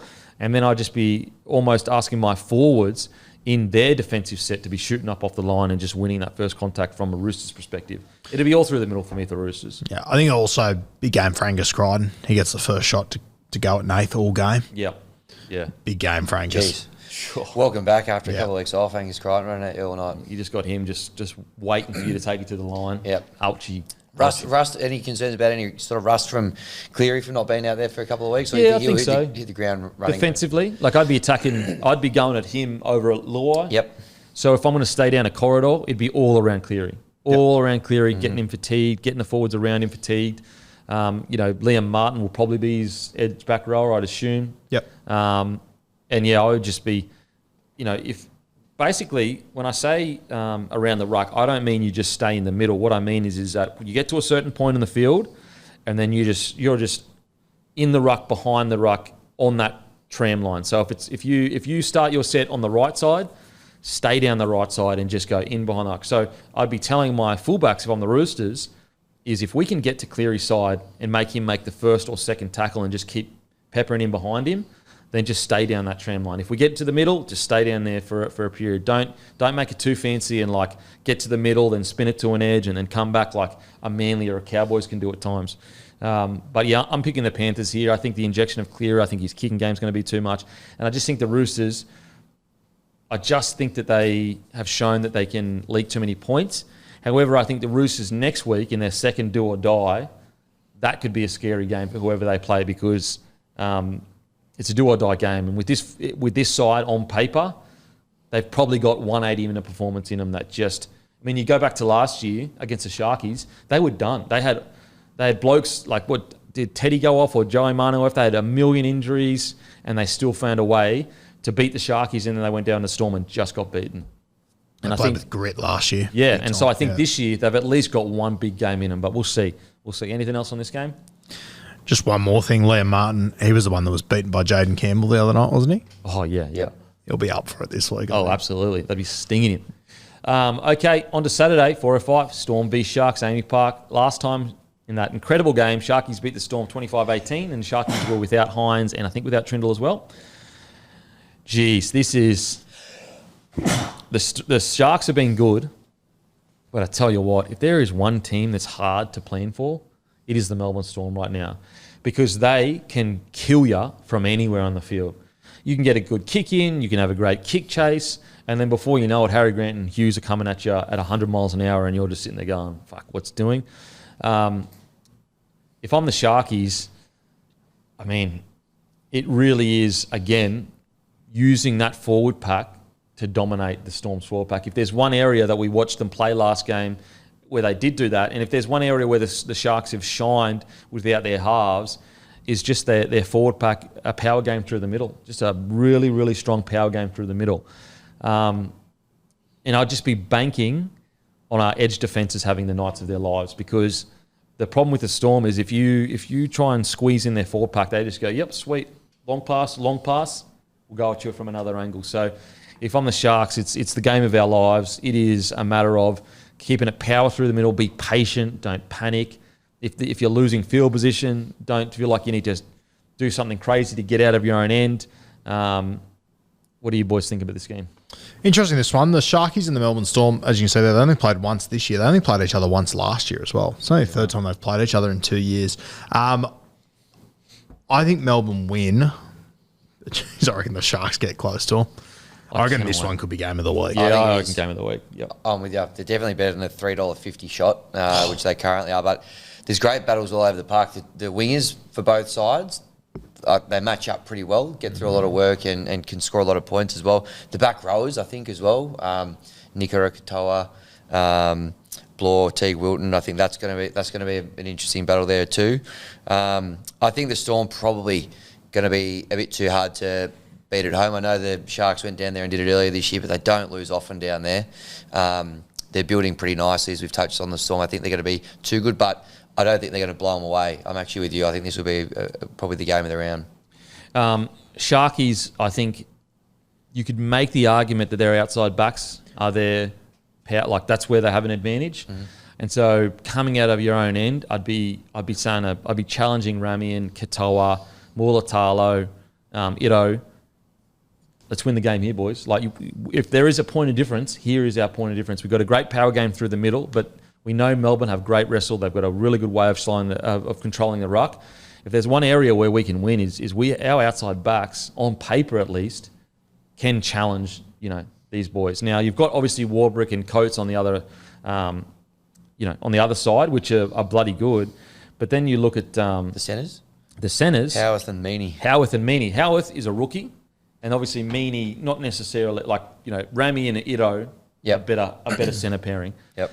And so, especially with Howarth, I'd be just testing him a little bit just to see where he's at coming into a finals game. He would be on. He's on Ramian. He's on Ramian, but Hines' side, on the right side. So he'll be on left, Storm's left. Yeah, Storm's left side. Yeah, so Hines will be attacking on the him. right. Yeah. So I'd be just every now and then coming out of our own end, be getting the early ball for Ramian on Howarth, and I'd be doing it early because if you can rattle him early as a rookie, now granted he's under the Storm system, he'll be fine, but at the very least ask a question, see where he's at for his first final game. Yep. And then also, if I'm the Sharks, although the right edge defence has been fixed for the Storm, I'd still be asking that question because if Meaney and Hughes get one wrong early, it might bother them all night long. Yep. It might bother them all night long. Meaney's the one for me. I'd be going to that edge. You look at, and as I said, I didn't get to watch the Sharks too closely yesterday, but the week before, I love when Trindle just plays flat and fast over the advantage line, and if he can just get Ito one-on-one with him there, I reckon they can really pull that right edge apart for the Melbourne Storm. That'd be the spot I'd be going at. Yeah. And Trindle, if I'm speaking of Trindle, I'm saying, mate, just stay patient. Don't go for the big play early. You don't need to score every set. Just get your outside men in the game, start asking questions, get a feel for how are the Storm defending? Are they outside in? Are they sliding? We've seen that they do have a problem with communication, where Hughes will slide, Meaney will come in, and then Hughes jams in, Meaney will slide. So if I'm Trindle, I'm in attacking ball, I'm saying just ask a few questions that are conservative questions first because you'll get a good read of where they're at mentally. And then as the game gets on and you can start getting a bit more crazy, the ball's over the top, the ball's right close to the line. With the Storm, it's all about that short passing around the ruck with your with your Munsters, with your Hughes, with your Pappy, with your Grants. Boys, if we click, no one's coming near them. I heard Matty Johns talking last night. It's a really good point that I hadn't really considered. He sort of said, this is the greatest running spine we've probably ever seen. Yeah. It's hard to push back on when you look at Munster and Hughes, who both sort of came through as fullbacks originally, the amount they run. Harry Grant, obviously, in my opinion, the best running nine in the game, and throw a dart at whichever fullback you want. They're both the same. They can just... when they flood the middle with all those guys, it can be over very quickly. Yeah, and so I'd just be basically, if I'm Storm, I would just be saying as long as we can complete well and pick our moments to have that tight ball playing around the ruck, mate, it's going to be super hard to handle. Super hard to handle. Spoke about him already, but I feel like when Tommy Hazelton does come on, he's going to be very important in this game. Absolutely. Just back with the Storm as well. I'd be asking Munster for the first 3 or 4 runs, maybe even 5, just run it.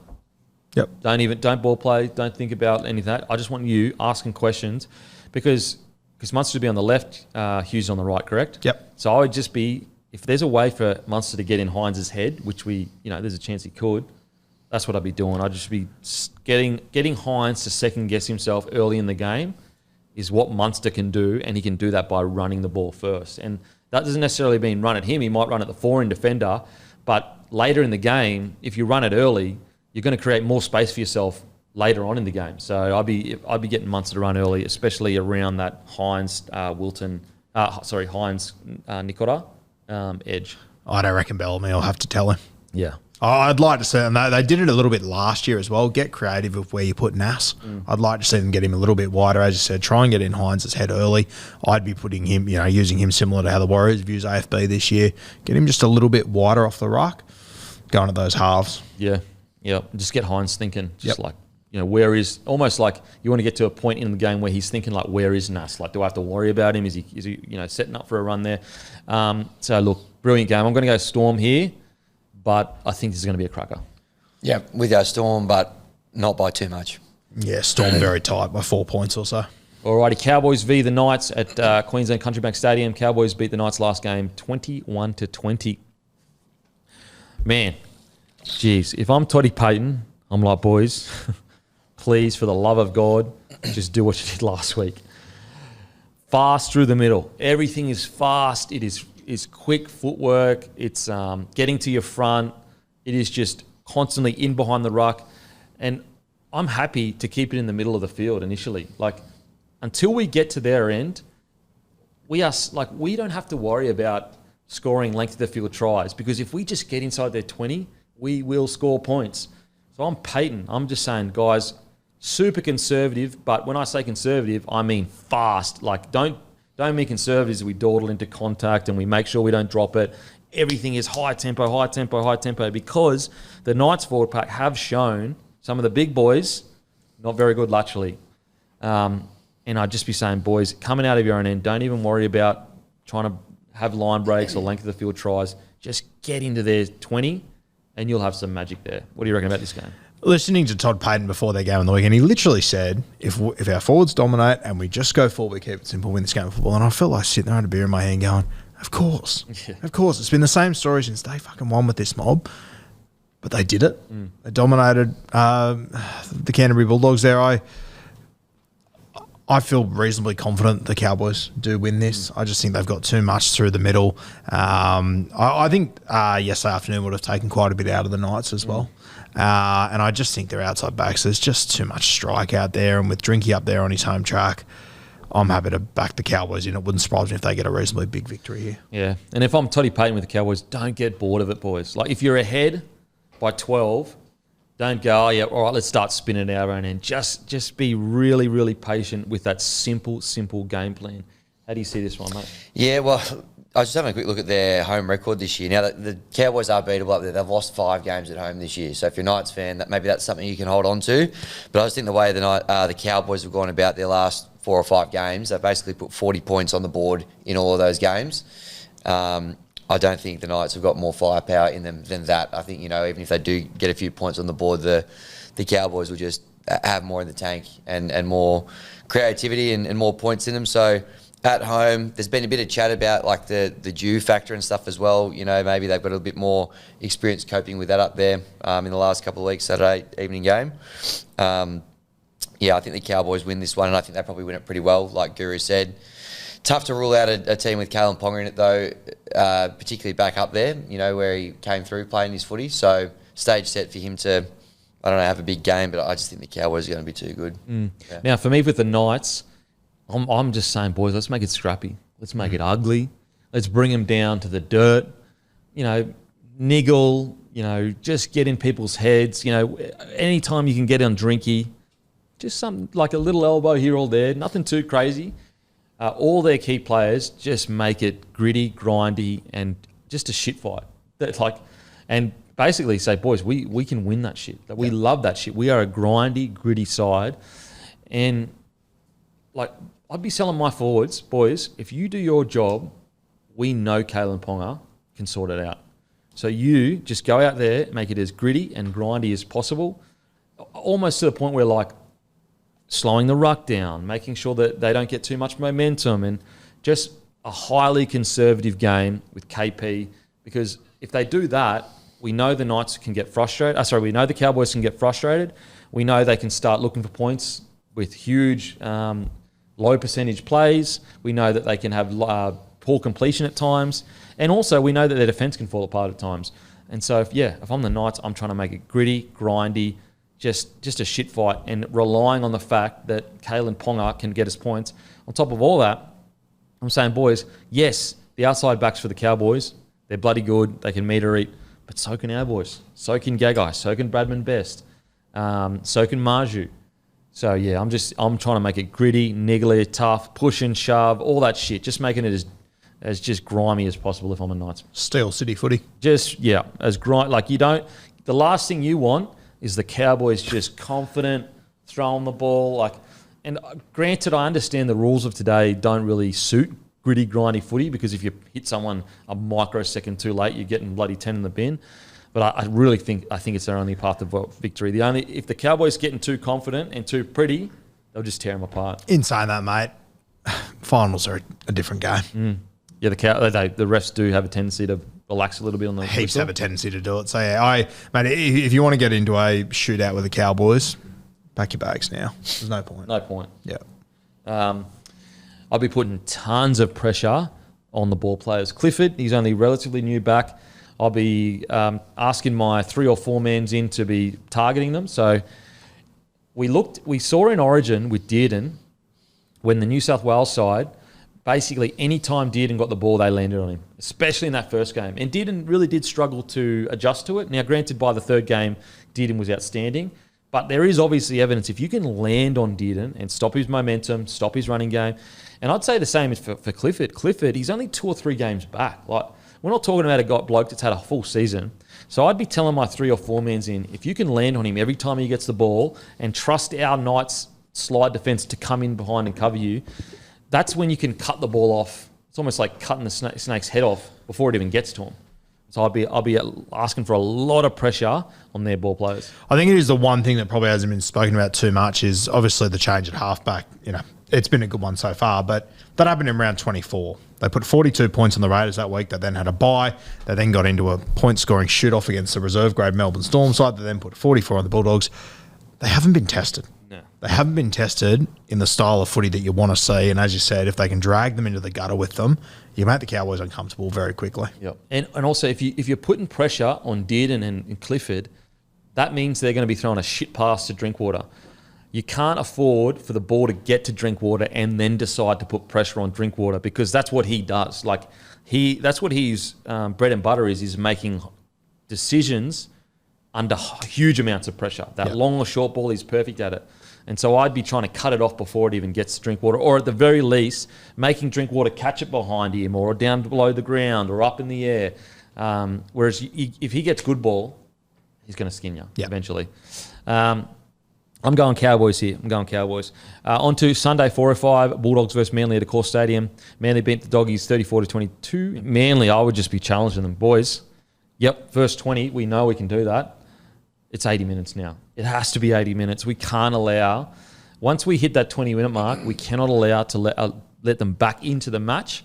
I'd be looking and challenging the Bulldogs through the middle. I think the blueprint for the Bulldogs is yes, their 4-pack isn't as big as others. So I would just be banging down the front door if I'm Manly against the Bulldogs. Yeah, I'm not sure if the Bulldogs can regather their momentum they had. It really concerns me after the last 2 weeks.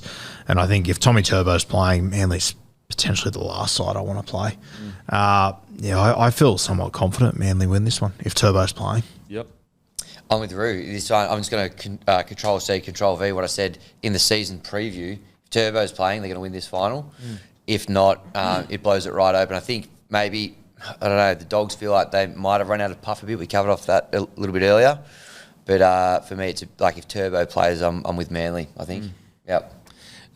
If you're Bulldogs, it's just about finding that confidence again. It's about finding that swagger, that ability to understand that, we can work our backsides off and we've got great cover defence and we can frustrate teams. It's all about confidence for Bulldogs. And unfortunately, the last 2 games, it does look like their confidence is a little bit shot and they've lost a little bit of that aura of, we are just a defensive powerhouse. So I think all week for Serraldo, it's about instilling that, whether it's showing them clips or just finding them some way to get them into a positive mindset again. Going into this game, second-guessing yourself, they'll just get blown off the park. And I mean, handy to have a guy like Stephen Crichton in your side. Yeah. Who's hasn't played a bad finals game in years. Yeah, if he can get there, if he can turn this around, that's incredible. Yeah. I'd go as far to say as I wouldn't even be showing him any footage from last week's game or anything like that because I don't want him in that mindset. Yep. I don't want him thinking about the last 2 weeks. I'd be showing him clips of all the great stuff they've done all year long because they've just got to find a way to slow their big man down or at the very least just win the first 20 minutes. My challenge to the Bulldogs, if I'm Serraldo, would be, boys, if we can win that first 20, we know we've got the tank to go all the way. We are a fitter side than them. We are a fitter side and have proven that in the back end of games we can win them. It's the first 20 minutes. It really is. If you can just hold them to even a close score, you just never know what will happen against the Manly Sea Eagles. But it's going to be a tough one. I'm going Manly for this one. I think if I was Serraldo, I think I'd probably start with Josh Curran and Max King. Yeah. Yep. I normally bring Curran off the bench to play 60-odd minutes. I think I'd have him there from the start. Especially against Manly. Because they are such fast starters, I would be starting with my best side. Whatever my best 13 is, on paper, like as in this is like the best 13 players, that's what I'd be doing against the Manly Sea Eagles. I'd even be tempted to not run with your sort of ball-playing 13 in the first 20. Yeah, all defence. And maybe just go with Josh Curran at 13, Sam Hughes in the front row and just go all in on that first 20. And just say, boys, win the ruck. Yeah, win the middle. Yeah. All I need you to do is win the ruck. Don't even worry about anything pretty, just win the ruck. I think Manly get the job done here though, boys. Yeah, I'm pretty confident on Manly. Same for me. Now they played out here a couple of Fridays ago, 6 p.m, 35,000 were there. We were there early in the season where they played the Eels, had 45,000 out there. How many do you think we get on Sunday afternoon out there, Dogs home final? 45? 45, I reckon? I reckon a bit more. I reckon they can push 50. 50? Yeah, Okay. given the year they've I had. hope so. I just think the last 2 weeks might have just deflated it a little bit. Yeah, first time in finals in, what is it, 8 years or something like that? True. Something like that. True. I'll go 48. That's my prediction. 51. I'll go 49. 52 for me. 52? Ooh. All right, now, so we'll go our tips, Face the Music, Yep. brought to you by our friends at Sports, but we're always giving our tips, but we'll give our lines and everything like that. Yeah, can we get a head-to-head line and just a try scorer in each game? Okay. Is that all good for finals? Yep. All right, Panthers $1.44, Roosters $2.80, Lions 7.5. Ooh. I'm going to go Panthers, Roosters. Yep. And do we actually have to go like a tough try scorer, or are we just going wings and that? Yeah, you can throw whatever you want in there. But Don't what I'm pick saying a is winger. can we make a rule of not picking a winger? 'Cause Sure. that's pretty, no wingers or fullbacks. How about that? Yeah, sweet. Okay. Okay. Scotty Sorensen, anytime try scorer. Penrith, Nath Cleary. Oh, that's mine. I'll go Penrith, Jerome Luai. Penrith, Roosters, Angus Crichton for me. Storm $1.30, Sharks $3.50, Line 9.5 down in Melbourne. I'm going to go Storm, Sharkies, anytime try scorer, Harry Grant. Oh, okay. Storm, Sharkies, and my ATS will be Teague Wilton. Storm Sharks, Jesse Ramian. Storm, Sharks, and I'll take Nikora for mine. Then we've got North Queensland $1.44. The Knights $2.80. Line is 6.5 up at North Queensland. Cowboys, Dearden. Cowboys, Val Holmes. Cows, Nanai. I'm going Cows, Kalen Ponga for mine. Oh, he's a fullback. Who's in the underdog team? In the centres, Bradman Best, good guy. Yeah. Yeah, I don't know. I think I'm going to have to go with the North Queensland player. I'll go Val Holmes. He's already gone Val Holmes.